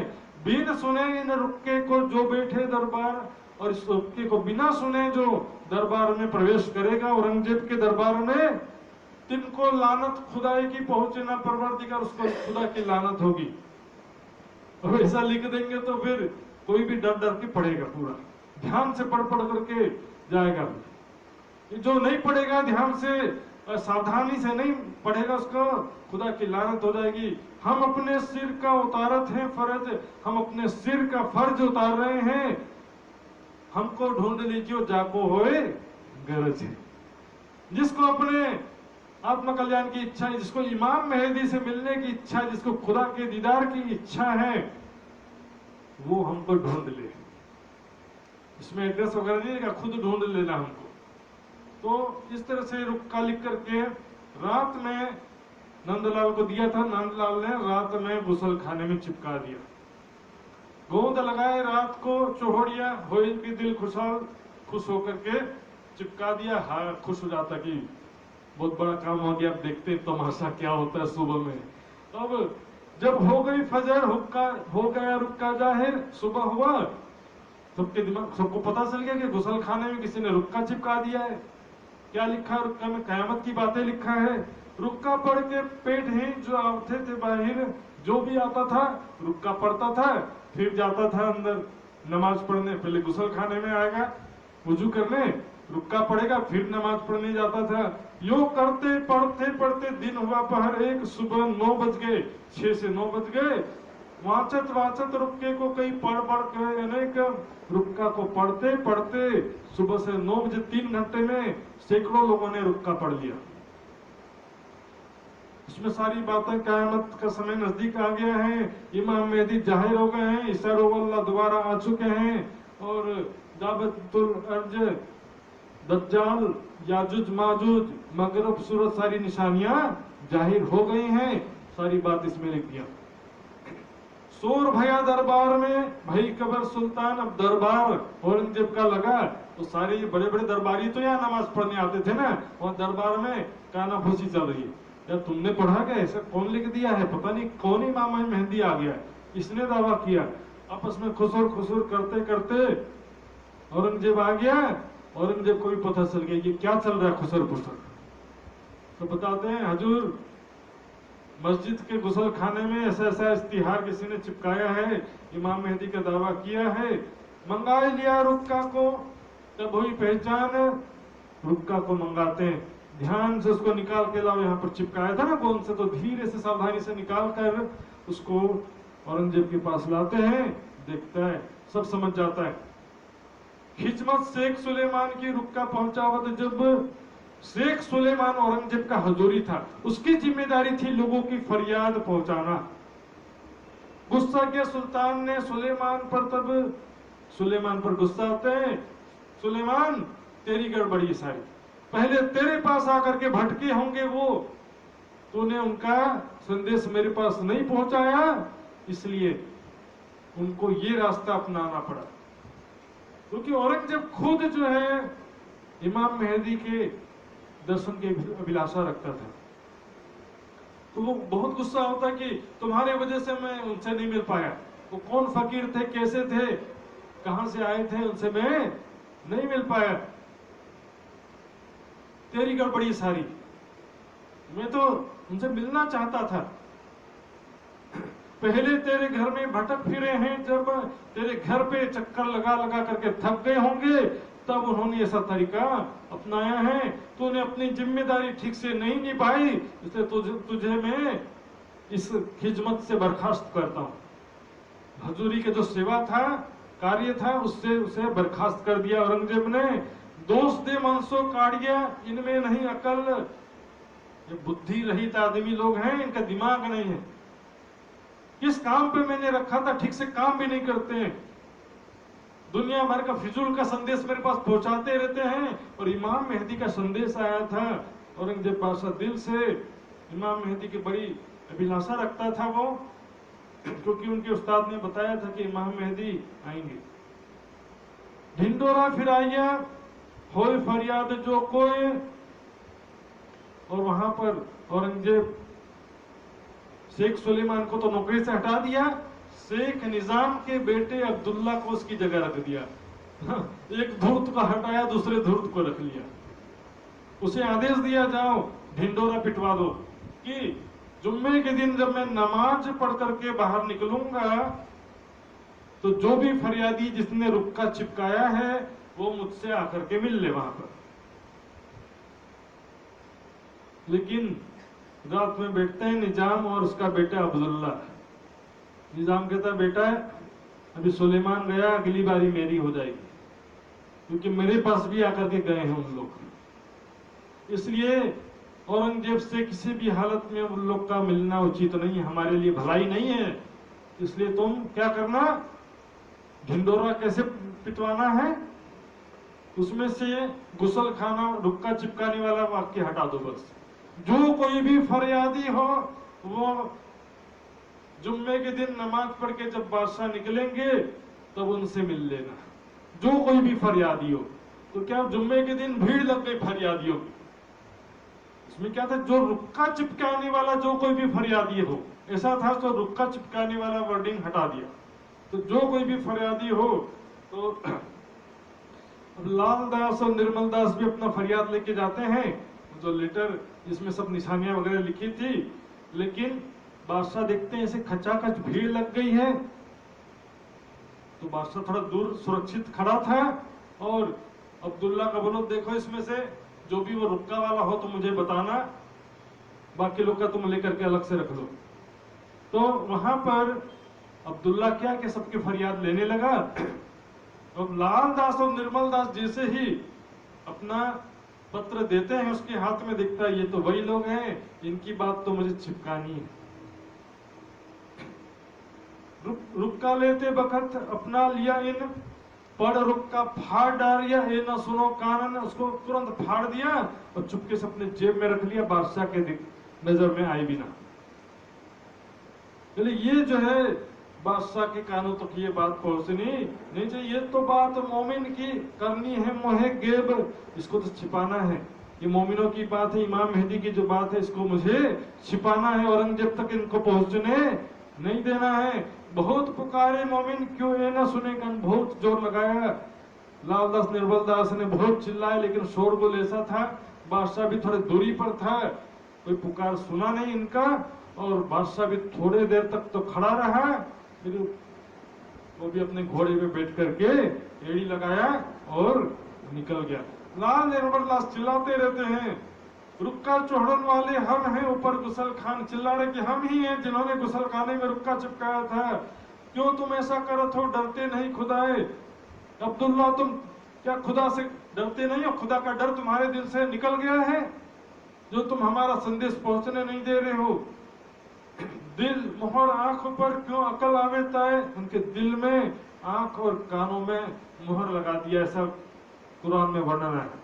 तो कहां से उनका दिमाग आएगा, जब दिल में मोहर लगा दिया तो विचार खत्म हो गया, आंखों में मोहर लगा दिया तो पहचान नहीं हो रही प्राणनाथ जी की, इमाम मेहदी की, कान में मोहर लगा दिया तो ब्रह्म ज्ञान का संदेश उनको सुनाई देता नहीं है।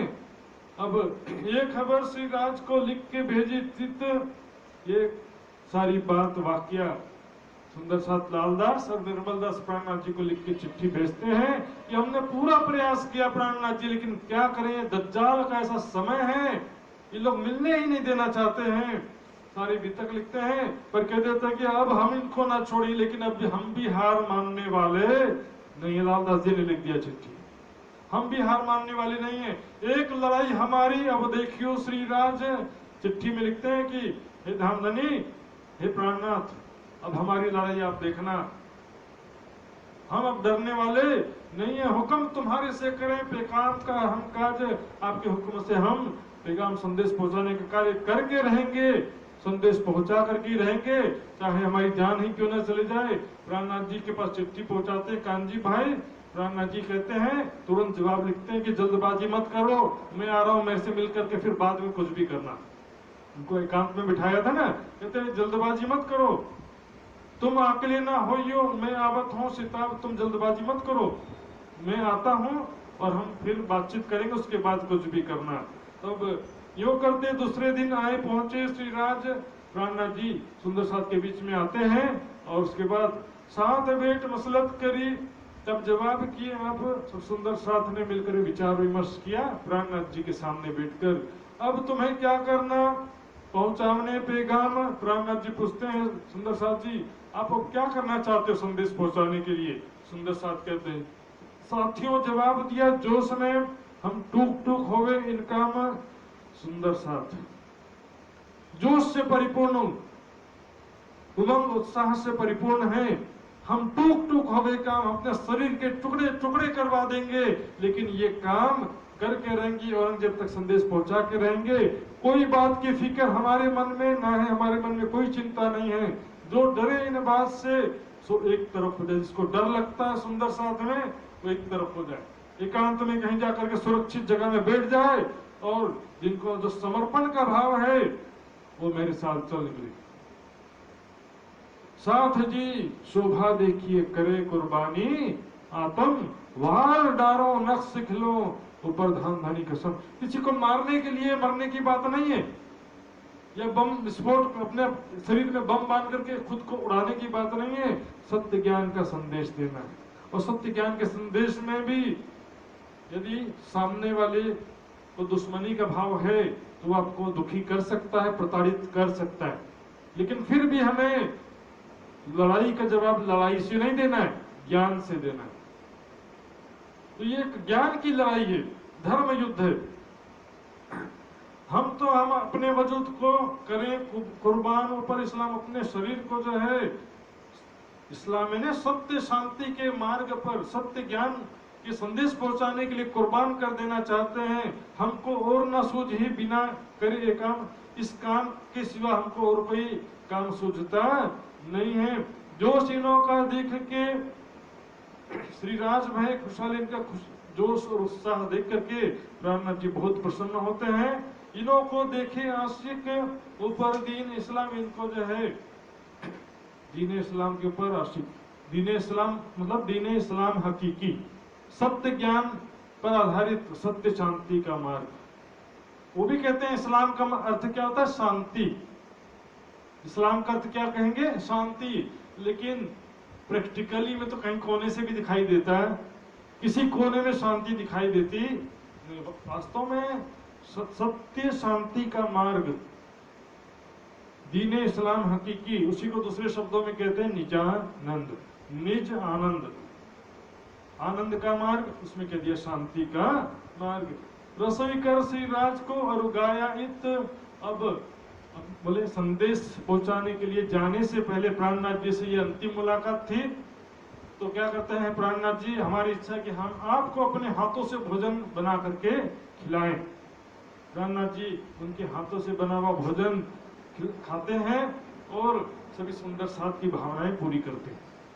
सब सुंदर साथ बोलते हैं इस तरह से वो पता नहीं कब मिले, जल्दी तो मिलने की संभावना दिखती नहीं है। तो सब सुंदर साथ आपस में खुशी से मिलते हैं, मिठाई खाते हैं, एक दूसरे से खुशियां बांटते हैं।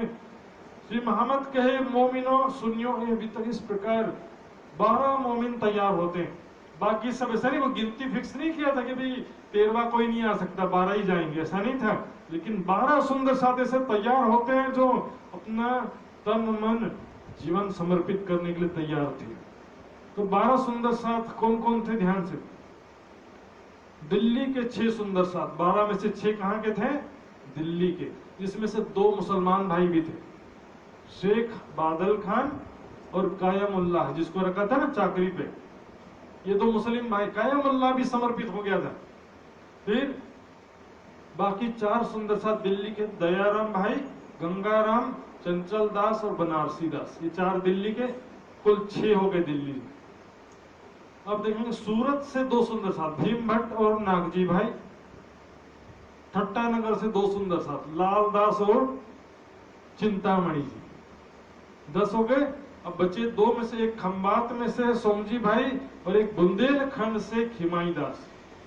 ये 12 सुंदर साथ ऐसे थे जिन्होंने धाम धनी के चरणों में समर्पित होने के लिए निकल पड़े। अब इस बार क्या चेंजिंग किया? इस बार मुस्लिम फकीरी वाला भेष धारण कर लिया और जामा मस्जिद में जाकर के सनंद की वाणी उसी प्रकार गाने लगे। अब इसके आगे क्या होता है, किस प्रकार इमाम उनको लेके जाता है, औरंगजेब से मुलाकात कैसे होती, वो सारा प्रसंग कल सुनेंगे। तो ये बहुत ही संघर्षमय और जागनी यात्रा सुंदर साथ जी। आज हम डरते हैं, पड़ोसी को भी ज्ञान सुनाने से डरते हैं। एक हिंदू भाई है तो उससे भी ज्ञान की बातें करने से डरते हैं। और आज जबकि कोई मुगल शासन नहीं है, फिर भी मुसलमानों से बात करने से भी डरते हैं। लेकिन इसको ज्ञान है, धामधनी की कृपा का एहसास है, जिनको धामधनी की सानिध्यता का एहसास है, वो संदेश पहुंचाना है हमको। किसी से कोई दुश्मनी नहीं है, किसी के धर्म पर या किसी के भावना पर आक्षेप करना हमारा उद्देश्य नहीं है, लेकिन सत्य ज्ञान का संदेश पहुंचाना हमारा उद्देश्य है। फर्ज अपन ऊपर है पहुंचाने जो पैगाम, जो कोई ईमान लिया वही सो दाखिल होए निज धाम। जो कोई भी विश्वास लाएगा वो धामधनी के प्रेम और आनंद में शामिल हो जाएगा। जो विश्वास लाएगा अपने लिए, जो नहीं लाएगा तो वो भी अपने लिए। तब इस प्रकार आगे संदेश पहुंचाते हैं, वो प्रसंग कल सुनेंगे, चौपाई दोहराएंगे। बोलो श्री प्राणनाथ प्यारे की जय। आपस में मसलत करी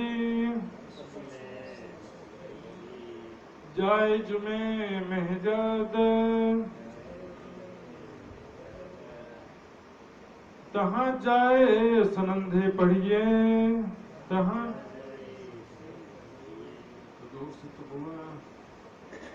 सिफत जो मोहम्मद, सिफत जो मोहम्मद। बोलो श्री प्राणनाथ प्यारी की जय, सदगुरु महाराज की, सर्व सुंदर साथ की जय।